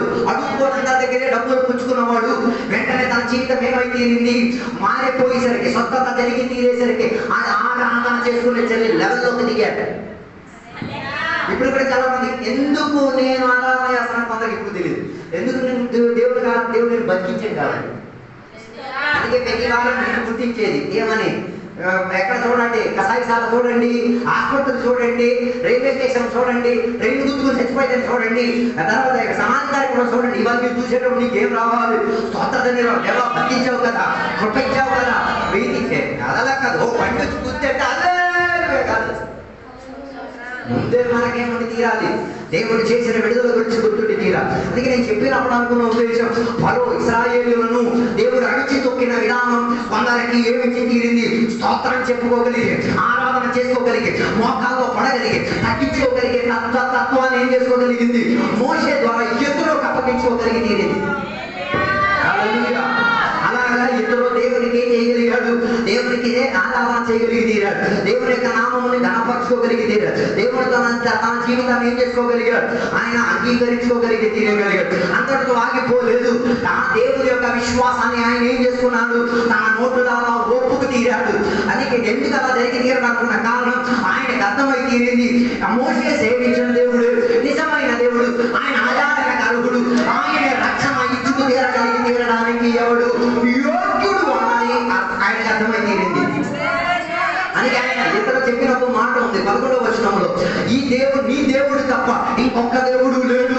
నీ దేవుడే అన్నిటికన్నా శ్రేష్టం చెందినవాడు, నీ దేవుడే అన్నిటికన్నా యోగ్యత చెందినవాడు, నీ దేవుడే మంచి న్యాయాధిపతి, నీ దేవుడు విడిపించగలిగిన దేవుడు, నీ దేవుడు ఒక్కడే దేవుడు. ఇదే ఒప్పుకోవడం. మనం ఒప్పుకోవడం కాదు, ఒప్పించడం. మనం అందరం ఏం చేస్తాం? ఒప్పిస్తున్నాం. ఒప్పుకునే సొంతంగా రావట్లేదు. మనం కోరండి దీన్ని ఒప్పించడానికి, చిన్న పాపను ఒప్పించడానికి అయితే కళ్ళ పడితే చాలు, లేకపోతే కోపపడితే చాలు, దాని చేత ఏం చేయించు? ఒప్పించవచ్చు. దానికి ఇష్టం కానీ వస్తువు తీపించవచ్చు. అదే కళ్ళ పత్రం బయటికి పెట్టండి, అది దాని చేత ఏం చేయదు, ఒప్పించలేదు. చాలా మంది విశ్వాసాన్ని ఎలా ఒప్పుకున్నవాళ్ళే బై ఫోర్స్. అయ్యారు ఏమనుకుంటారు, దేవుడు ఏమనుకుంటారు, ఒప్పేసుకుంటున్నారు. ఆ ఒప్పుకున్న తత్వంలో ఏం చేయలేదు. నిలబెడుతుంది. అందుకే చాలా మంది కన్ఫెషన్ కరెక్ట్ కాదు. ఏ కన్ఫెషన్? యేసయ్యని దేవుడు అని ఒప్పుకుంటే మరి నీకు వెళ్ళడానికి నీకు ఆప్షన్ లేదు. అర్థం కాలేదు అనమాట. ఏ రోజు నువ్వు యేసయ్యని రక్షకునిగా అంగీకరించావు ఆ రోజు దేవుడితో నువ్వేం కరారు అగ్రిమెంట్ రాసేసావు. నువ్వు తప్ప ఇంకొక దేవుడు లేడు. ఒకవేళ నేను నిన్ను విడిచి ఇంకో దేవుడి దగ్గరికి వెళ్తే నన్ను కూడా ఏం చేసే మొక్కలు చేసి పక్క పెట్టి అది గుర్తు వస్తే మన మొక్కకి తెలియజేసుకున్న అవకాశం ఎవరు. అందుకే చాలా మంది కన్ఫెషన్ ఈజ్ బై ఫోర్స్, బలవంతంగా కొందరు ఏం చేశారు, ఒప్పించారు. ఎస్, ఇతరుని బలవంతంగా ఏమో నీకు స్వేచ్ఛ ఉంది, నువ్వు కావాలని చెప్పుకో లేకపోతే లేదు. ఇద్దరు అర్థమై తీరింది. ఇద్దరు మోషే సేవించిన దేవుడు విశ్వాసానికి అర్హుడైన దేవుడు. ఆయన నమ్మొచ్చు, ఆయనని నమ్మితే ఇక దేని ఏం చేయలేదు, నమ్మలేదు. అర్థం కాలేదు. మీరు యేసయ్య రక్షకునిగా అంగీకరిస్తే మళ్ళీ మీరు డబ్బులు ఏం చేయలేదు, నమ్మలేదు. ఈ పెళ్లి తప్పు ఉంటేనే జరుగుతాదనే నమ్మకం కారణం ఏంటిది? యేసయ్య దేవుడిగా అంగీకరించినప్పుడు ఆయన దేవుడు అయితే దాన్ని కూడా ఏం చేయగలుగుతాడు, ఈజీగా హ్యాండిల్ చేయవచ్చు. హల్లెలూయా, హల్లెలూయా. ఒక దేవుని బిడ్డ కాదు, ఒక విజ్ఞాని దేవుడు, ఒక ఇశ్రాయేలీయుడు కాదు. ఆయన నోట్లో ఏమొచ్చింది?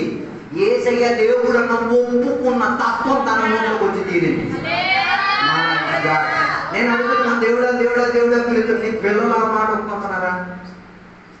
పోయిన వారం అయ్యేది చెప్పారు కదా, మేము రక్షణ పొంది తీరడానికి 7వ క్లాసో 6వ క్లాసో కాలేదు, 4వ క్లాస్ అనుకుంటా, 4వ క్లాసులో ఉన్న సందర్భం 8 వయసు. 8 వయసున అర్ధరాత్రి వేళ దేవుని యొక్క వాక్య లేఖనాల్లో మాట్లాడేది నేను మంచిని మోకాల్లో దిగి ఏడ్చి అలా ఒప్పుకున్నాం మా పాపాలను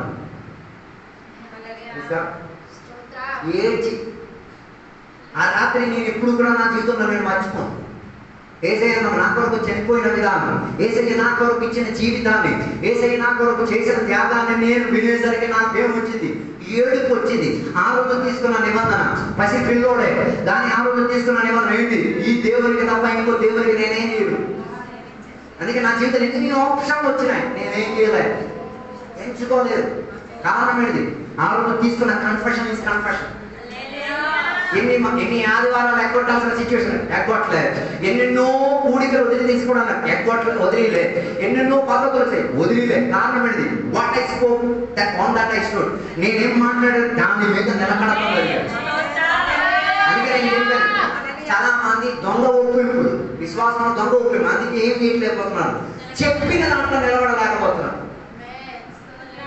ఏం చెప్పారో దాని మీద ఏమీ లేకపోతున్నారు. నువ్వు యేసయ్య దేవుడిగా అంగీకరిస్తే మరి ఇంకా దేవుడిని కూడా నీవేం చెయ్యలేవు. దేవుడిగా అంగీకరించే స్టాండర్డ్ తీసుకురాలేవు. అంటే ఆపర్చునిటీ వస్తున్నావంటే నువ్వు రెండు పక్షాలు ఉన్నావు. హల్లెలూయా. అందుకే కదా చాలా మంది విశ్వాసం ఏమైపోయింది, పొటాసిక్గా అయిపోయింది, కన్నం పడిపోయినా నాణ్యంలాగా అయిపోయింది.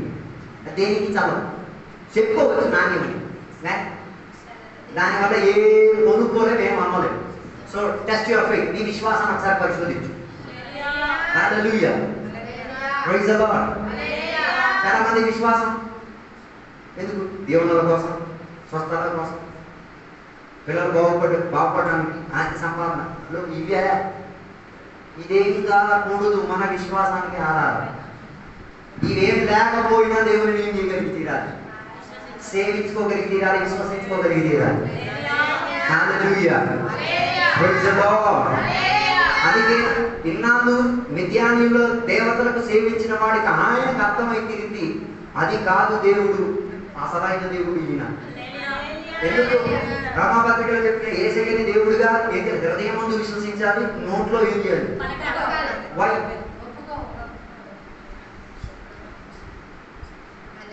ఎందుకు? హృదయంలో విశ్వసించుకొని నోట్లో ఏం చేయాలి, అది ఒక అగ్రిమెంట్ డీల్. అలాగే మీ స్థలం కొనేటప్పుడు ఏం చేస్తున్నారు, పట్టా మీద ఏం చేస్తున్నారు, రాసి సీల్ చేసి సంతకం పెడుతున్నారు. దాని అర్థం ఏంటిది? ఆ పట్టా నీది, దానికి ప్రభుత్వం కూడా ఏమై ఉన్నారు, సాక్ష్యం వహించుకుంటున్నారు, ఆ పట్టా నీదని. అప్పుడు రక్షణ పొందేటప్పుడు నువ్వు హృదయంలో బైబిల్ చెప్తున్నది హృదయం అన్నిటికన్నా ఘోరమైనది, మోసకరమైనది, వ్యాధి చెందినది. దానిని శుభ్రపరిచి అందులో దేవునికి స్థానాన్ని ఇప్పించేసి ఏం చెప్తున్నావు? అంగీకరణ నోట్లో ఒప్పుకుంటా, దేవా నువ్వు మాత్రమే ఈ గుండె లోపల ఉండాలి, ఇంకెవరికి ఇందులో ఉండడానికి ఏమో అసలు చోటే లేదు అని చెప్పి ఏం చేస్తున్నాం? సీల్ రాసేస్తున్నాం. అలా పొందిన వారు, అలా ఒప్పుకున్న వారే రక్షణ పొందినవారు. అర్థం కాదు. ఏం నోట్లో చెప్పావు? యేసయ్య తప్ప ఇంకొక దేవుడే కాదు. ఆయనకే ఆరాధన, ఆయనకే జీవితం, ఆయనకే నాకున్న సర్వస్వం. అలాగైతే అప్పుడప్పుడు ఏం గుర్తుకు రావాలి? ఆ అగ్రిమెంట్ పేపర్ గుర్తుకు రావాలి. అర్థం చేసుకోలేదు. ఏం గుర్తుకు రావాలి? మనకా అగ్రిమెంట్ అన్ని మూల పెట్టేసి అన్ని ముట్టించేసారు. ఏం గుర్తు రావట్లేదు. ఎప్పుడో అదే కదా, మీరు ఎప్పుడు పుట్టారో మీ పుట్టినరోజు మీకు తెలియదు. ఆ పుట్టినరోజు కేసు కోసేసి అందరికి ఇచ్చేస్తారు. దాని మీద ఎవరికి ఉపయోగం? ఎప్పుడు యేసయ్య ద్వారా జన్మింపబడిందిరో ఆ రోజు నీ జీవితంలో ప్రాధాన్యత చెందిన దినం. కారణం ఏంటిది? ఆ రోజు ఒక జీవమరణ పోరాటానికి అగ్రిమెంట్ రాశారు. ఏమని? ఆ రోజు యేసయ్య ఒప్పుకునేటప్పుడు ఏం చెప్పేవాడు తెలుసా? యేసయ్య నువ్వే నా దేవుడివి, ఒక్కవేళ నీవు ఇచ్చిన విశ్వాసం నుంచి నేను తప్పిపోతే నీకు హక్కు ఉంది, నా ప్రాణాన్ని ఏం చేయొచ్చు. తీసేయొచ్చని ఇండైరెక్ట్ గా అగ్రిమెంట్ ఏం చేశావు? ఇదే కన్ఫెషన్ ఆఫ్ ఫెయిత్, విశ్వాసంలో ఉన్న ఒప్పింపు. అర్థం కాలేదు. దేవుని యొక్క సేవకులు జైల్లో ఉన్న సందర్భంలో జైలర్ కత్తి తీసుకొని పొడవడానికి వెళ్ళే సందర్భంలో సేవకుడు ఏం చెప్పాడు? వద్దు, నిన్ను నీవేం చేయకూడదు, హాని చెయ్యొద్దు. ఎందుకంటే కత్తి ఆపేయడానికి కారణం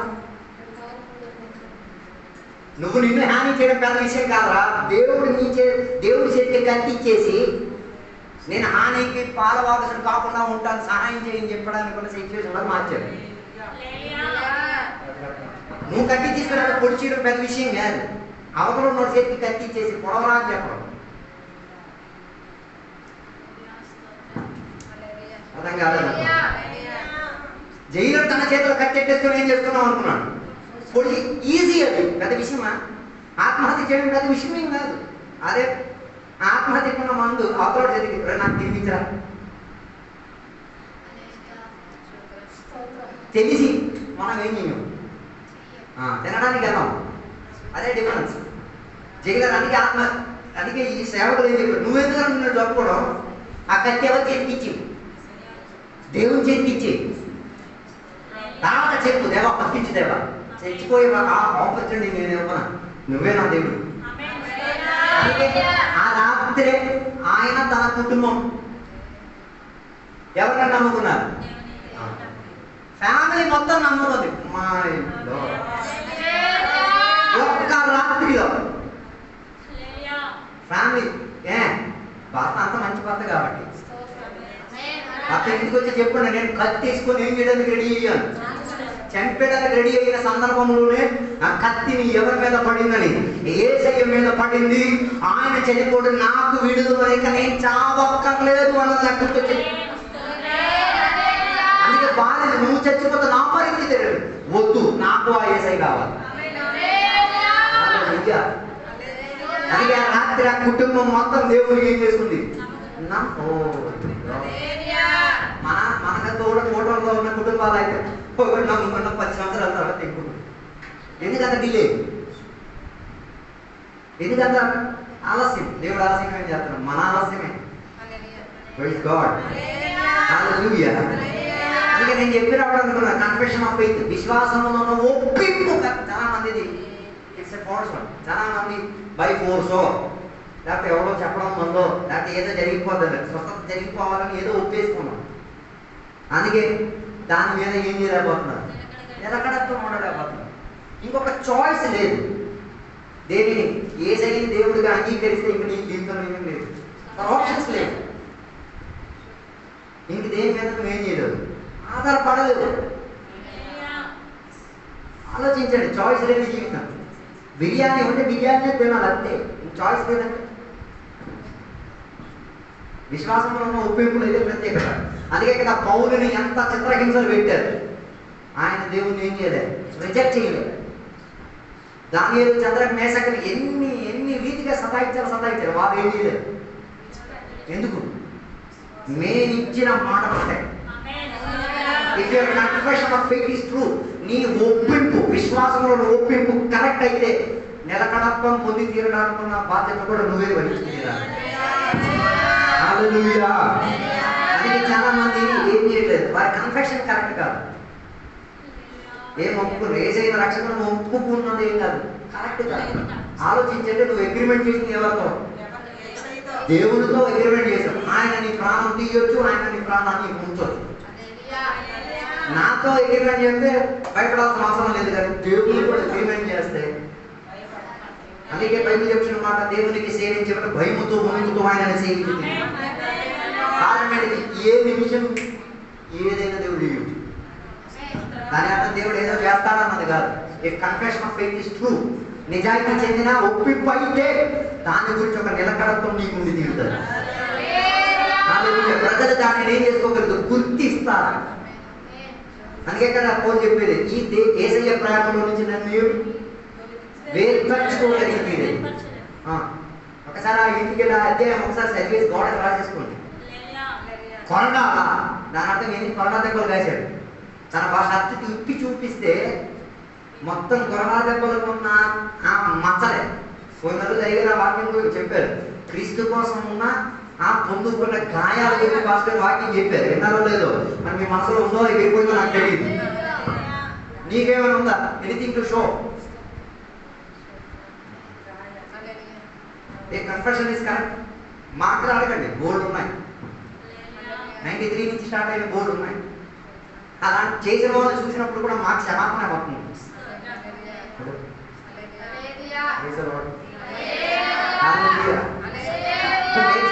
చర్చిలో అప్పుడు అయ్యగారికి ఒరియా తెలిసేది కాదు. చర్చిలో ఒక విశ్వాసం ఉండేవాడు, సంగతి ఆయన వచ్చిన ఏ రోజు అయ్యగారు వచ్చి రాలేదు. అయ్యగారు మేము ఇప్పుడు తెలుగు ఒడియా తెలియదు కదా, నేను మీకు ఏం చేస్తాను, ట్రాన్స్లేషన్ చేస్తారు. మాట ఇచ్చేసాడు. 2-3 వారాలు బాగానే రావడం జరగడం అని మెల్లిగా వాక్యాలు తలకడం ప్రారంభించింది. ఇక మనోడు 8 గంటలకు వస్తారు తెలుసా, వాక్యం అయిపోయిన వరకు వస్తారు.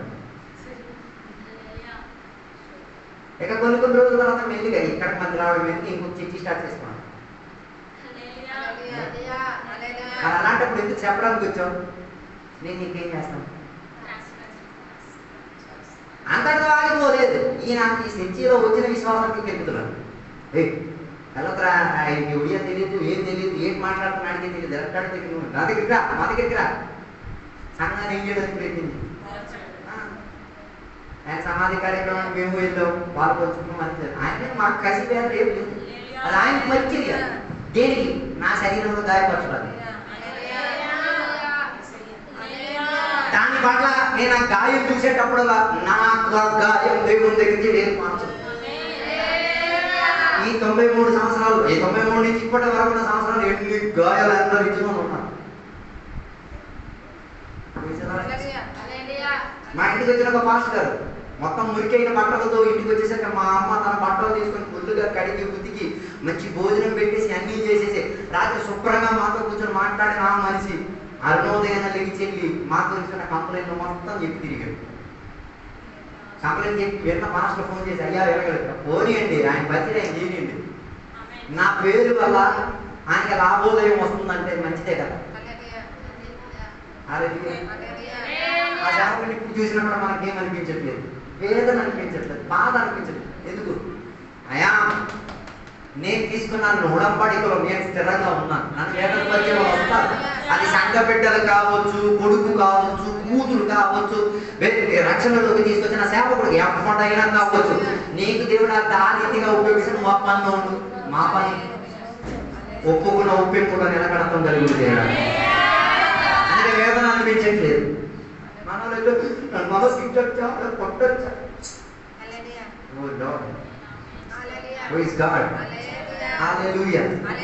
దానివల్ల ఆరాధన మానేయడం, దేవుడితో సావాసం విడి.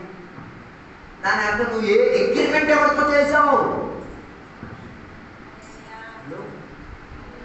అందుకే కదా చాలా మందికి ఇప్పుడు కూడా రక్షణ గురించిన తీవ్రత అర్థం కావట్లేదు. రక్షణలో మనకి ఏం లేదు, చాయిస్ లేదు. బైబిల్ చెప్తున్నది ఆడవాళ్ళు ముసుకెయ్యాలి, ఇట్స్ ఎ మస్టడీ. ఇక దానికి ఏం లేదు, ఆప్షన్ లేదు. దానికి అర్థం ఎప్పుడెప్పుడు నువ్వు కూడులో కూర్చుంటావు ఏం ఉండాలి. నాకు ముసుగు ఇష్టం లేదు చెప్పలేదు, దానికి దేవుడు సబ్స్టిట్యూట్ ఆప్షన్ కూడా ఇచ్చాడు. అయితే ఏం చేసుకో, పురుషులు కట్ చేసుకో, అలాగైనా అవమానంగా ఉంది.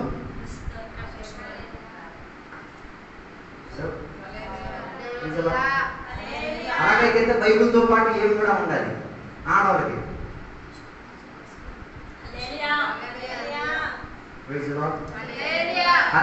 మరి చాయిస్ లేదు,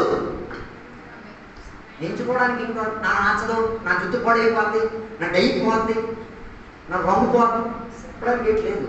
కారణం ఏంటి? ఎప్పటితో అగ్రిమెంట్ చేసావు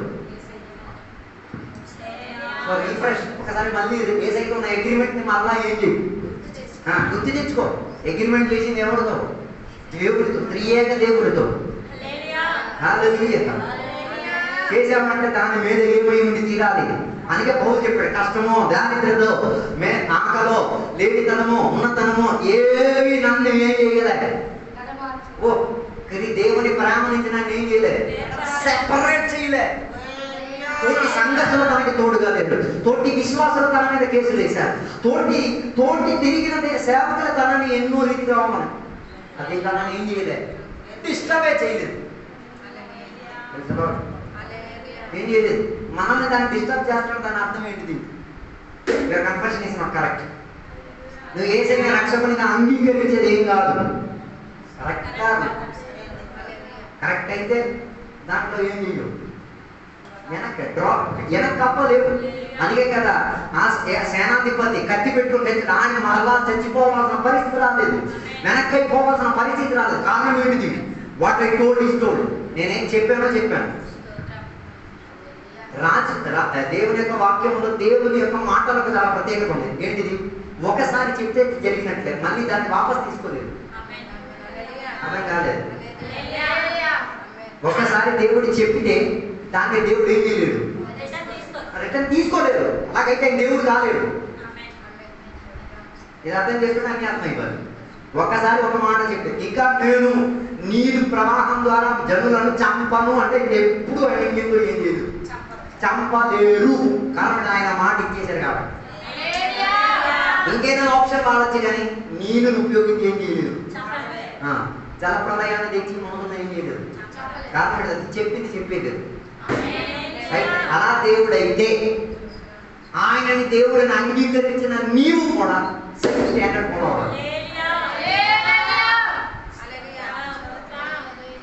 అర్థం కాదు. అందుకే బైబిల్ చెప్తున్న మరణం జీవం ఇట్లా మాట్లాడి మన నాలిక వసంతం ఉంటుంది. అందుకే బైబిల్ చెప్తున్న కొరింథీ పత్రిక నువ్వేం చెప్తున్నావు? అవునంటే అవును. అలాగైతే దేవుడు తన మాట మీద మారడైతే ఆయనని నమ్మిన మనం కూడా మాట మీద చేయకూడదు. ఉండాలా లేదా మీరు మీ చాయిస్ చూసుకోండి, నాకు సంబంధం. నా చాయిస్లోనే ఉన్నా. మారాలా వద్దా మీ చాయిస్, నా చాయిస్. మారేయడానికి అవకాశమే తెచ్చుకున్నాను రావచ్చు. అందుకే కదా యోగు జీవితంలో మారడానికి అవకాశాలు అన్నీ వచ్చినాయి, ఆయన ఏం చేయలేదు, మారలే. నేనున్న అన్ని లాభోదయంగా ఉన్న సమయంలో ఉన్న దేవుడే, నష్ట సమయంలో కూడా ఆయనే నా దేవుడు. అందుకే ఈతలోకి ఏమొచ్చింది? భయము, భీతి వచ్చింది. ఈయనే నిజమైన దేవుడు, ఈయన తప్ప ఇంకొక దేవుడు లేడు, ఈయనే నాకు రక్షణ ఇచ్చి తీరడానికి, నాకు విమోచన ఇచ్చి తీరడానికి యోగ్యుడైన దేవుడు అన్నది ఆయనకి ఏమై తీరింది, అర్థమై తీరింది. అందుకే దాని తర్వాత చదివితే మనం చూడగలిగింది ఆయన దేవునికి యాగాలు అర్పించాడు, అర్పణలు అర్పించాడు. వీటి ద్వారా ఆయన ఎవరికి యాజకుడిగా మారి దేవునికి యాజకుడిగా మారి తీరేందుగా ఉన్న స్టేజీలోకి తన జీవితం ఏమై తీరింది, మార్పు చెందేసి తీరింది. అలాగైతే మెల్కీసెదెకు దేవుడిగా నమ్మాడు, ఈతలో కూడా దేవునికి ఏం చేసుకున్నాడు, నమ్మినట్టుగా ఉంది. ఇక నెబుకద్నెజర్ నెబుకద్నెజర్ గురించి దానియేలు గ్రంథం 4:34 నుంచి కిందకి జరిగితే నెబుకద్నెజర్ కూడా ఆయన కూడా పరాయ దేశానికి చెందిన ఒక రాజే. ఆయన కూడా ఏం చేసుకోగలిగాడు? దేవుని యొక్క శ్రేష్టతను చూసుకోగలిగి తీరాడు. అందుకే దానియేలు, చంద్రక, మేషక, అబేద్నెగోల ఒక జీవిత సాక్ష్యం ఆయనను కూడా ఏం చేసుకోగలిగి తీరింది? స్థిరపరచు తీరడానికి ఉన్న సిద్ధాంతాన్ని ఇచ్చుకోగలిగి తీరింది. అందుకే నెబుకద్నెజర్ దేవుని తట్టు పరలోకాన్ని తేలి చూడగలిగే ఒక అనుబంధం తన జీవితంలో జరిగి తీరింది.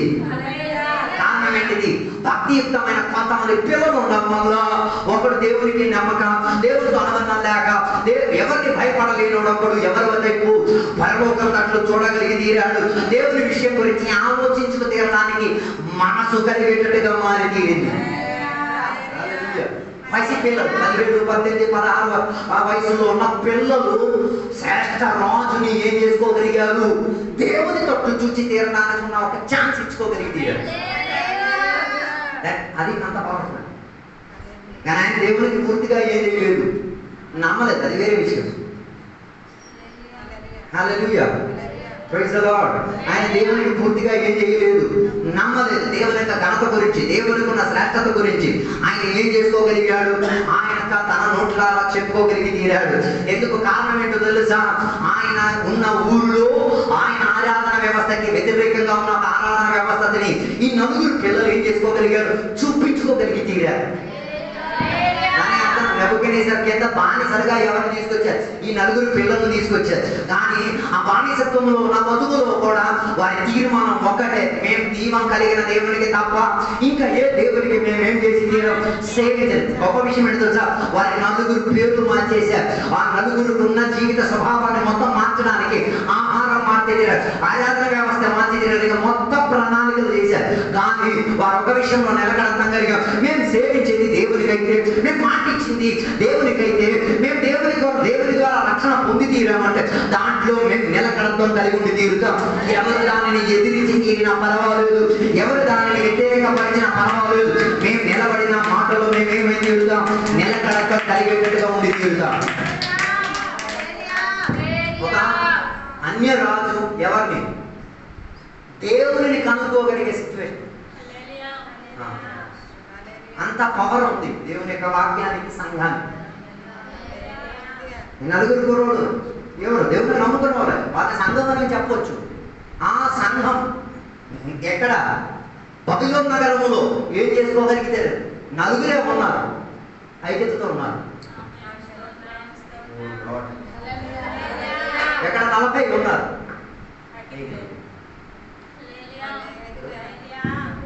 నలుగురే ఉన్నారు, ఒకే మనసు. అగ్ని వాడినా మేము కలిసే, సింహాన్ నోట్లో ఉన్నా మేము కలిసే, తినొద్దన్నా మేము కలిసే. ఆ మాస్టర్ గారిని మెచ్చుకోవాలి, కలిసి ఒకసారి చెయ్యివ్వాలి. ఏం నేర్పించాడు? ఆ అమ్మ నాన్న బట్టి దేవునికి స్వార్థం ఏం నేర్పించాడు? పాట బానిస బతుకే. ఎంత వేదన పడుతుంది. వాడే తిండిస్తున్నాడు, వాడే తీసుకెడుతున్నాడు, వాడే అన్ని సౌకర్యాలు చేస్తాడు. ఎవరు? నెబుకద్నెజర్. ఆయన స్థాపించిన దానికి మీరేం చేయలేదు, అంగీకరించలేదు. My God, my God, praise the Lord. దాని అర్థం మన జీవిత సాక్ష్యం రాజులను కూడా ఏం చేయొచ్చు? దేవుని తట్టు తిరిగేటట్టుగా మార్చవచ్చు. ఎక్కడే ఒక టాపిక్ చెప్తే మీ ముఖాలన్నీ దిగిపోతాయి. ఎందుకు ఈ నలుగురు పూర్వలకి బబులోను దేశంలో దేవుడు ఉద్యోగం ఇచ్చారు? చాలా మంది ఉద్యోగం కావాలి, ఉద్యోగం కావాలంటే గోడలు గుద్దేసుకొని ప్రార్థన చేస్తారు. వినండి బాగా, ఏమని ప్రార్థన? ఉద్యోగం కావాలి, డబ్బులు బాగా వినండి. బబులోను నగరంలో ఈ నలుగురు పూర్వలకు ఎందుకు ఉద్యోగం ఇచ్చారు? ఆ దేవుడిని సేవించడానికి, ఈ దేవుడు ఉన్నాడని చూపించడానికి. మనకు దేవుడు ఉద్యోగం ఇచ్చేది డబ్బు రావాలి, తిండి రావాలి, ఫోన్ పిలుచుకోవాలి. దీనికి మించింది మీరు గొప్ప దేవుడిని సేవిస్తారు. బిఏ చర్చ్ ఒక సంఘముగా ఎక్కడ? బానిస బతుకులో కూడా నువ్వు సచ్చిగా ఉండు, అన్యారాధన మధ్య కూడా చర్చిగా ఉండు. సెలక్షన్ చేయడానికి ఉన్న సిచ్యువేషన్ వచ్చి కూడా సంఘంలో ఉండు. అందుకే నెబుకద్నెజర్కి ఏమొచ్చింది? పరలోకం గురించి ధ్యాస వచ్చింది. My God, hallelujah, oh Jesus. అందుకే ఆ నలుగురు కుర్రోళ్ళు సంఘముగా ఎక్కడ నిలబడ్డారు? బబులోను నగరంలో నిలబడ్డారు. అందుకే కదా కళలు చెప్పారు, టబటబటగా చెప్పేస్తారు. 17 సంవత్సరాలు ఉన్న పిల్లలు ఏం ఆత్మతీవ్రత! ఓ లార్డ్, మన దాంట్లో అయితే కళ చెప్తే నవ్వేస్తారు, కానీ దాని దగ్గర కళని ఫుల్ బిడ్డ తీసేసి ఏం చేస్తారు? దాని ఉన్న ఆత్మిక మర్మాలు దేవుని బిడ్డ చూసిన కళ కాదు. ఎవరు చూసిన కళ? మనం అనుకుంటున్నాం రాజు చూసిన కళకి ఏదో డుమ్మా కొట్టేతో అయిపోద్ది. డుమ్మా కొడితే అవ్వదు. అది ఎవరికి నచ్చాలి? రాజుకి నచ్చాలి. నచ్చకపోయింది అనుకో, నీ పేక కోపలు తింటాయి, నీ పేక కోపలు తింటాయి. గోడ కీడ వదిలేయండి, నేను మడి మరి దొరుకుతుందో లేదు మీరే చూసుకోవాలి. ఏం కోసేస్తారు? తారకాయ కోసేది తీసేస్తారు. అదొక టార్చర్. ఎందుకు? ఆ చూసి ఇలా మాట్లాడతాను, నేను కథ చెప్పాను, దీనికి ఇలా భావన చెప్పేది అంత ఆత్మతో టచ్ అయిపోయి ఉన్నాడు. బైబిల్ చెప్పిన మాట, రోజుకి ఎన్ని మార్లు 3 times ఏం చేసేవాడు? ప్రార్థన చేశాడు. ఏ ఊరిలో ప్రార్థనకు నిషేధం ఉండేదో? ఏ ప్రార్థన? దేవుని పేరట ప్రార్థన చేసే సిద్ధాంతం నిషేధమై ఉండేది. అక్కడ వాడు కిటికీ తీసి నేను కాదు, నేను తీసుకొని రావాలి. ఏరియాకి పేదలకు రాబడి చెప్తున్నా, ఇంటికాడ కూడా పేదలు ఉన్నది.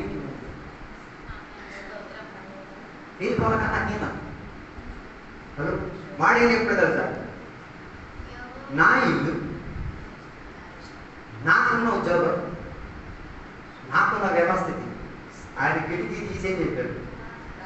కిటికీ తీ కూడా ప్రార్థన చేస్తే ఏమైనా ప్రాబ్లం అయిందా? అక్కడ రాస్తే ఏం జరగదు.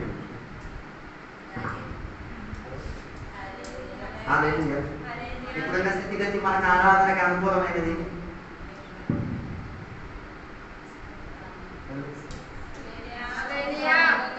ఆరాధనకు ఉన్న ఓపెనింగ్స్ అన్ని క్లోజ్ అయిపోతాయి. అప్పుడు కూడా ఆరాధన చేసే వాళ్ళు ఆరాధన చేస్తూనే ఉన్నారు. ఈ మధ్య నేను ఒక సాక్ష్యం విన్నాను దేవుని గురించి. అరే తాగుడు మానేసి బైబిల్ చదువుకొని దేవునికి పిలవాలా అని చెప్పిన కేసు వేసారు. భార్య భర్తని ఏం చెప్పారు? తాగుడు మానేసి మంచి గుడ్డు కూర కొనేసి గ్రంథాలు చదువుకొని దేవుడిని పిలుచుకొని ఇదే అన్నారు. ఆయనకి ప్రాబ్లం లేదు. ఇది చెట్టు ఉంది, వింటూ ఉన్నా ఒకటి దొరక వచ్చింది. ఆయన వీళ్ళిద్దరు భార్య భర్త మీద ఏం చేశారు?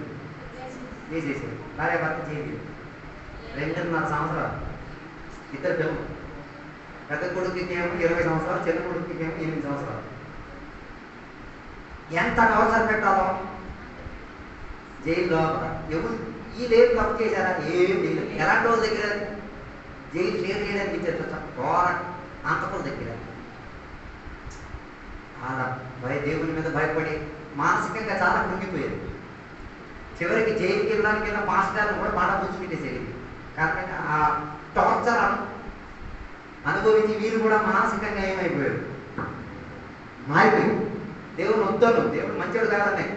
దాన్ని మెల్లిమెల్లిగా దేవుడు వారిని ఏం చేయడానికి ప్రారంభించింది. మాట్లాడాలి ఏమో, దేవుని భక్తుల ప్రార్థన ఏమో. తర్వాత వాళ్ళు దేవుళ్ళు కోల్పోవడం, తర్వాత మాస్టర్లు వెళ్ళి మాట్లాడేసరికి వాళ్ళు బలపడి చివరికి వాళ్ళు ఏం చేశారు తెలుసా? చేరసాలలోని సంఘం ప్రారంభించారు. ఆ భాషగా సాక్ష్యం వినడం నాకు ఆశ్చర్యం అనిపించింది. బైబిల్లో రాసింది కదా, ఖైదీలుగా ఉన్న వాళ్ళ దగ్గరికి వెళ్ళి నీ శుభ సందేశాన్ని అందించు. నాకు ఇప్పుడు అర్థమైందండి. నా 3.5 సంవత్సరాల తర్వాత ఆయన బయటకు వచ్చాడు. నేను చెప్పొచ్చేది అన్ని మూతపడేటప్పుడు ఉన్నప్పుడు కూడా సంఘముగానే ఉంది తీయాలి. అందుకే నెబుకద్నెజర్ని ఏం చూపించుకోగలిగితేరా? పరలోకాన్ని చూపించుకోగలిగితేరా? దేవుని యొక్క శ్రేష్టతను చూపించుకోగలిగితేరా? దేవుని దగ్గర తిరిగి రావడానికి ఆయనకి ఏమి ఇచ్చారు? ఒక ఆప్షన్ సిద్ధపరచుకోగలిగితేరా? Hallelujah, praise the Lord. దాని అర్థం ఆయన మారాడా అన్నది రాయబడలేదు, కానీ ఆప్షన్ ఇచ్చారు. ఏమని? మారాలా లేదా అది వ్యక్తిపర విషయం. మారితే బాగుపడతారు, మారలేకపోతే దాని కాన్సిక్వెన్సెస్ అనుభవించారు. కానీ ఈ నలుగురు కుర్రోళ్ళు వారి జీవిత సాక్ష్యాన్ని ఏం చేసుకోగలిగారు? చూపించుకోగలిగి. అలాగే అందుకే బైబిల్ చెప్తున్నమాట, ఆయన దేవుని దగ్గర తగ్గాడు. ఒప్పుకున్నాడు రాలే, తగ్గాడు. అలాంటి ఒక గొప్ప రాజు ఏం చేయడు, తాకడు. Praise the lord. మరి ఆయనని పరలోకంలో చేర్చాలా వద్దా, అది దేవుడి పాత్ర కాబట్టి దేవుడు చూసుకుంటాడు. హల్లెలూయా, ప్రైజ్ ది లార్డ్. నేను అందుకే చెప్పి రావాలనుకున్న ఉద్దేశం, ఇతరులకు నెబుకద్నెజర్ మామూలుగా అనుకుంటున్నాడు. ఆ కాలంలో పెద్ద చక్రవర్తి, ఆయనని సింహాసనం నుంచి కెద నింపగలిగాడు. దేని వలన? ఈ నలుగురు కుర్రలు తగ్గడం జరిగాడు, తగ్గే స్వభావం ఉండడం వలన. వాళ్ళకి ఏముంది, ఉద్యోగం ఉంది, డబ్బుకి డబ్బు ఉంది, ఆస్తి కాస్తి ఉంది, పన్ను ఉన్నారు, అన్ని ఉన్నారు, అన్ని సౌకర్యాలు ఉన్నాయి, కానీ వారి విశ్వాసం వదులుకోలేదు. హల్లెలూయా. అది ఆ విశ్వాసం వదులుకోకుండా ఉండడం వలన రాజు యొక్క విశ్వాసానికి చాయిస్ తీసుకొచ్చి పెట్టేశారు ఈ కుర్రోడు. అయితే జీవం కలిగిన దేవుడు, లేకపోతే జీవం లేదు, ఏది కావాలో చూపించుకో. హలో, చర్చి సంఘానికి ఉన్న ప్రత్యేకత ఇదే, చాయిస్ ఇచ్చుకోవాలి లోకానికి. అయితే పరలోకం లేకపోతే పాతాళం, చాయిస్ ఇచ్చుకోవచ్చు. ఏది కావాలో నువ్వేం చేసుకోవచ్చు, ఎంచుకోవచ్చు. దేనిలో నడవాలా నీ ఇష్టం, దాంట్లో దేవుడు ఎవరికి ఏం చేయొచ్చు, అభ్యంతరపరచు. Choice is yours. అందుకే యేసయ్య లోకం అంతటికి వెళ్ళి ఏం చేయమన్నారు, సువార్త చెప్పమన్నారు, కానీ అందరినీ మార్చమని చెప్పలేదు. అర్థం కాలేదు. సువార్త చెప్పమని చెప్పారు కానీ మార్చమని చెప్పలేదు. మార్చే పని ఎవరిది? దేవుడు. మనం చెప్పాలి. చెప్పడానికి మనకు నోరు రాదు. అదే గత వారం ఎందరికి సువార్త చెప్పారు, ఎందరికి బలపరిచారు. గత వారం నీ మూలంగా ఎందరో దేవుడిని కనుక్కోగలిగారు, ఎందరో దేవుని దగ్గర సాగిరి పడగలిగారు. ఇవన్నీ మ్యాటర్స్.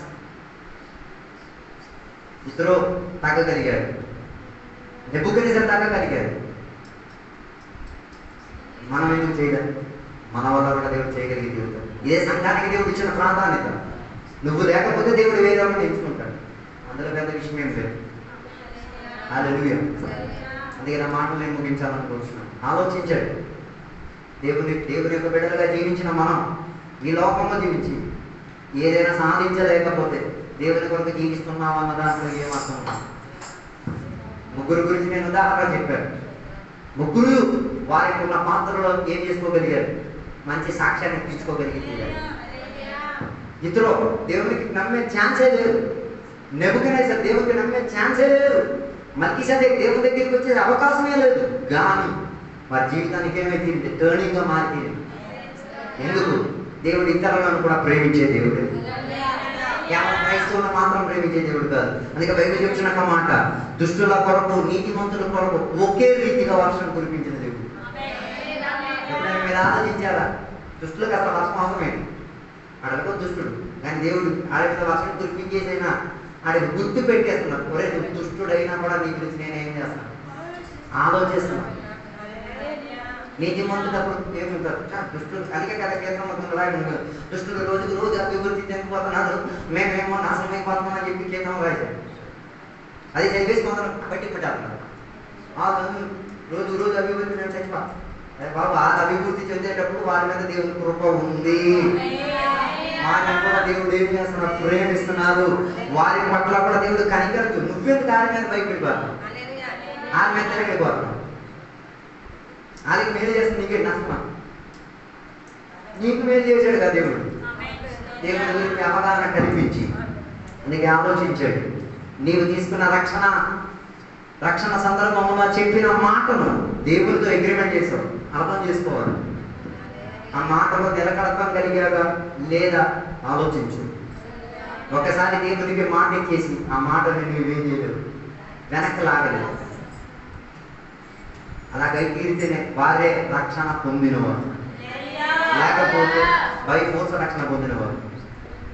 ఈ పగటి వేళ ఉపవాస కూడికలో ఎలా నువ్వు రక్షణ పొందేవారు పరిశోధించు. నీ రక్షణ వాస్తవికత అయితే ఆ మాటల్లో నిలకడత్వం కలిగి ఉండి తీరడానికి ప్రయత్నం చేసుకో.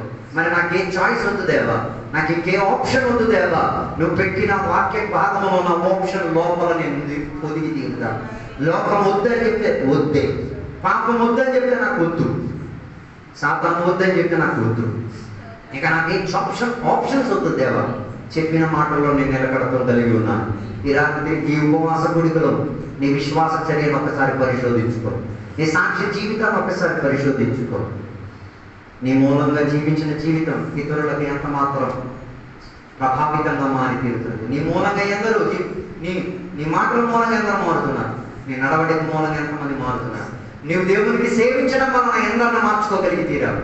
25 సంవత్సరాలైంది, 20 సంవత్సరాలైంది, 15 సంవత్సరాలైంది, నేను దేవునికి నమ్ముకోనని చెప్పి పొగుడుకొని తెగటగడం కాదు, తప్పు. దేవునికి చెప్పు, దేవా నా స్వభావం మూలంగా ఒక్కడు మారలేకపోతున్నాడు, నా ఆరాధన మూలంగా ఒక్కడు మారలేక దేవా అందులో నాకు ఒక మార్పు కావాలి, నేను సంఘమై మారాలి, నన్ను సంఘముగా మార్చుము దేవా అని పగటి వేళ ఉపవాస కూడికలు ఒప్పుకోగలిగి తీరితే ఒప్పుకున్న వారికి దేవుడు సహాయపరచడానికి అభయహస్తముతో రాగలిగి చూసాం. అందుకే దేవునికి సన్నిధిలో సమర్పించుకున్నాం, ప్రార్థన చేస్తున్నాం. పరిశుద్ధ మహోన్నతుల దేవానికి వందనాలు తెలియవస్తున్నాం. నీ వాక్య లేఖనాల్లో నుంచి మల్కీసెదెకు గురించి, నెబుకద్నెజర్ గురించి, ఇతరుల గురించి నేర్చుకోగలిగి తీరడానికి కృపావచనం దయచేశావు దేవ. వారిని నీవు ఉపయోగించావు కదా దేవా. వారి పట్ల నీ కనికరం దేవ ఉపయోగించినందుకు దేవానికి స్తోత్రం. వారు దేవునికి నమ్మి తీరేందుకు దేవ కొందరిని నువ్వు లేవనెత్తినందుకు దేవానికి స్తోత్రం. అబ్రహాము నువ్వు లేవనెత్తావు కాబట్టి మల్కీసెదెకుతో ఒక మంచి అనుబంధం ప్రారంభపడి తీరింది దేవా. ఇతరులతో మోషేని కలిపినందుకు దేవ ఆ కుటుంబంలో ఒక దేవునితో నా అనుబంధం ప్రారంభించబడి తీరింది. దానియేలు, చంద్రక, మేషక, అబేద్నెగోలకు దేవా నెబుకద్నెజర్ రాజుతో మంచి అనుబంధం కలబడి తీరింది కాబట్టి వీరు సేవించిన దేవుని గురించి, వీరు సేవించిన వ్యవస్థ గురించి ఆ రాజుతో చెప్పుకోగలిగి తీరే ఉన్న అవకాశాన్ని ఉపయోగించుకోగలిగి తీరారు. ఈ పగటి వేళ ఆత్మీయ జీవితాన్ని మేము పరిశోధించి తీరుతున్నాం. మేము రక్షణ పొందేటప్పుడు ఏదో పుట్టి మాటలో, గాలి మాటలో, ఏదో బుర్రకథలా చెప్పిన మాట కాదు దేవా. మేము చెప్పిన మాట జీవం కలిగిన మాటలు దేవది నీ దగ్గర తీసుకున్న ఉడంబడిక. ఆ ఉడంబడిక నుంచి నేను వెనుదిరగకుండా, వెనక్కైపోకుండా దేవా నిలకడతో కలిగి ఉండడానికి దేవా నీకు సహాయపరచండి దేవా. నీ వాక్యాన్ని సెలవిచ్చినప్పుడు, నేను సెలవిచ్చిన ప్రకారంగా దేవా పొలం దున్నబడేటప్పుడు దేవా దేవుని పొలం పని చేసిన వాడు దేవా కలపకు చేయి పెట్టిన తర్వాత ఎనుదిరిగే సిచ్యువేషన్ లేదు దేవా. అలాంటి సిచ్యువేషన్ లేకుండా ఉండి తీరడానికి కృపాభాగ్యం మాకు దయచేయండి. పౌలు చెప్పినట్ల రోగాలైన, కష్టాలైన, ఇబ్బందులైన, బాధలైన, శ్రమలైన, కొరడాదెబ్బలైన, ఒంటరితనమైన, ఏమి లేనితనమైన, ఏ స్థితిగతి అయినా క్రీస్తు ప్రేమలో నుంచి నన్ను వేరుపరిచేది లేదు. నేను వేరుపారి ఉన్నాను, నీ విశ్వాసమును నిలకడతో కలిగి ఉన్నాను. కీర్తన 1 చెప్పిన ప్రకారంగా దేవ నీటి కాలువ ఎదుట ఉన్న చెట్టులా దేవ మేము కూడా దేవుని యొక్క ఆత్మశక్తి దగ్గర నిలబడి ఉన్న చెట్టుగా మేము నిలబడి ఉన్నాం. మా ఆకులు వాడకుండా మాకు ఫలం కలిగి ఉండి తీరేదిగా దేవాలయం నీ వాక్యం ధ్యానించుకు తీరి దుష్టుల మధ్యలో ఉండకుండా, పాపులకు కాపురం చేసిన పద్ధతిలో ఉండకుండా, అపహాసులు ఉన్న చోట్ల ఉండకుండా దేవా నీ కొరకు పరిగెడుతూ దేవ జీవించే సాక్ష్యవంతులు మాకు దయచేయమని కోరుచున్నాం దేవా.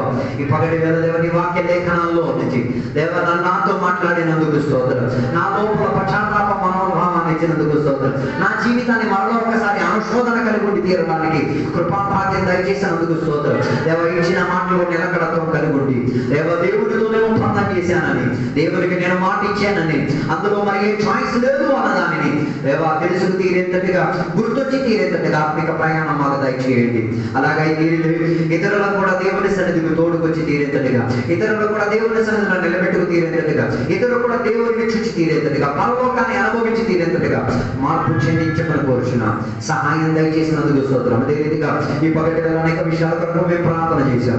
ఆ ప్రార్థన విషయాలన్నింటిలో కూడా దేవుడు గొప్ప కార్యాలు చేసినందుకు స్తోత్రం దేవ. మేము ఇంకా ఆత్మీయతలో బలపడి తీరేటట్టుగా, ఇంకా దేవుల్లో బలపడి, ఇంకా ఆత్మలను సంపాదించి తీరేటట్టుగా, ఇంకా దేవుని యొక్క రాజ్యం కొరకు చేయూతగా మారి తీరేటట్టుగా ఉపయోగించండి. సహాయం దయచేయండి. దీవెనలతో నింపినందుకు స్తోత్రం, సహాయపరిచినందుకు స్తోత్రం. యేసు నామములో అడిగి వేడుకున్న పరమ తండ్రి, ఆమేన్. తండ్రి యొక్క కుమారుని పరిశుద్ధాత్మక సహవాసం ఇప్పుడు ఎల్లప్పుడు ఇక్కడికి వచ్చిన సద్భక్తులతో దేవాన్ని 2 రాకడ వరకు తొలగిందును గాక. యేసు రక్తమే జయం, యేసే వాక్యమే జయం, యేసే నామమే సంపూర్ణ విజయం కలుగును గాక. ఆమేన్. దేవుడు అందరిని దీవించును గాక.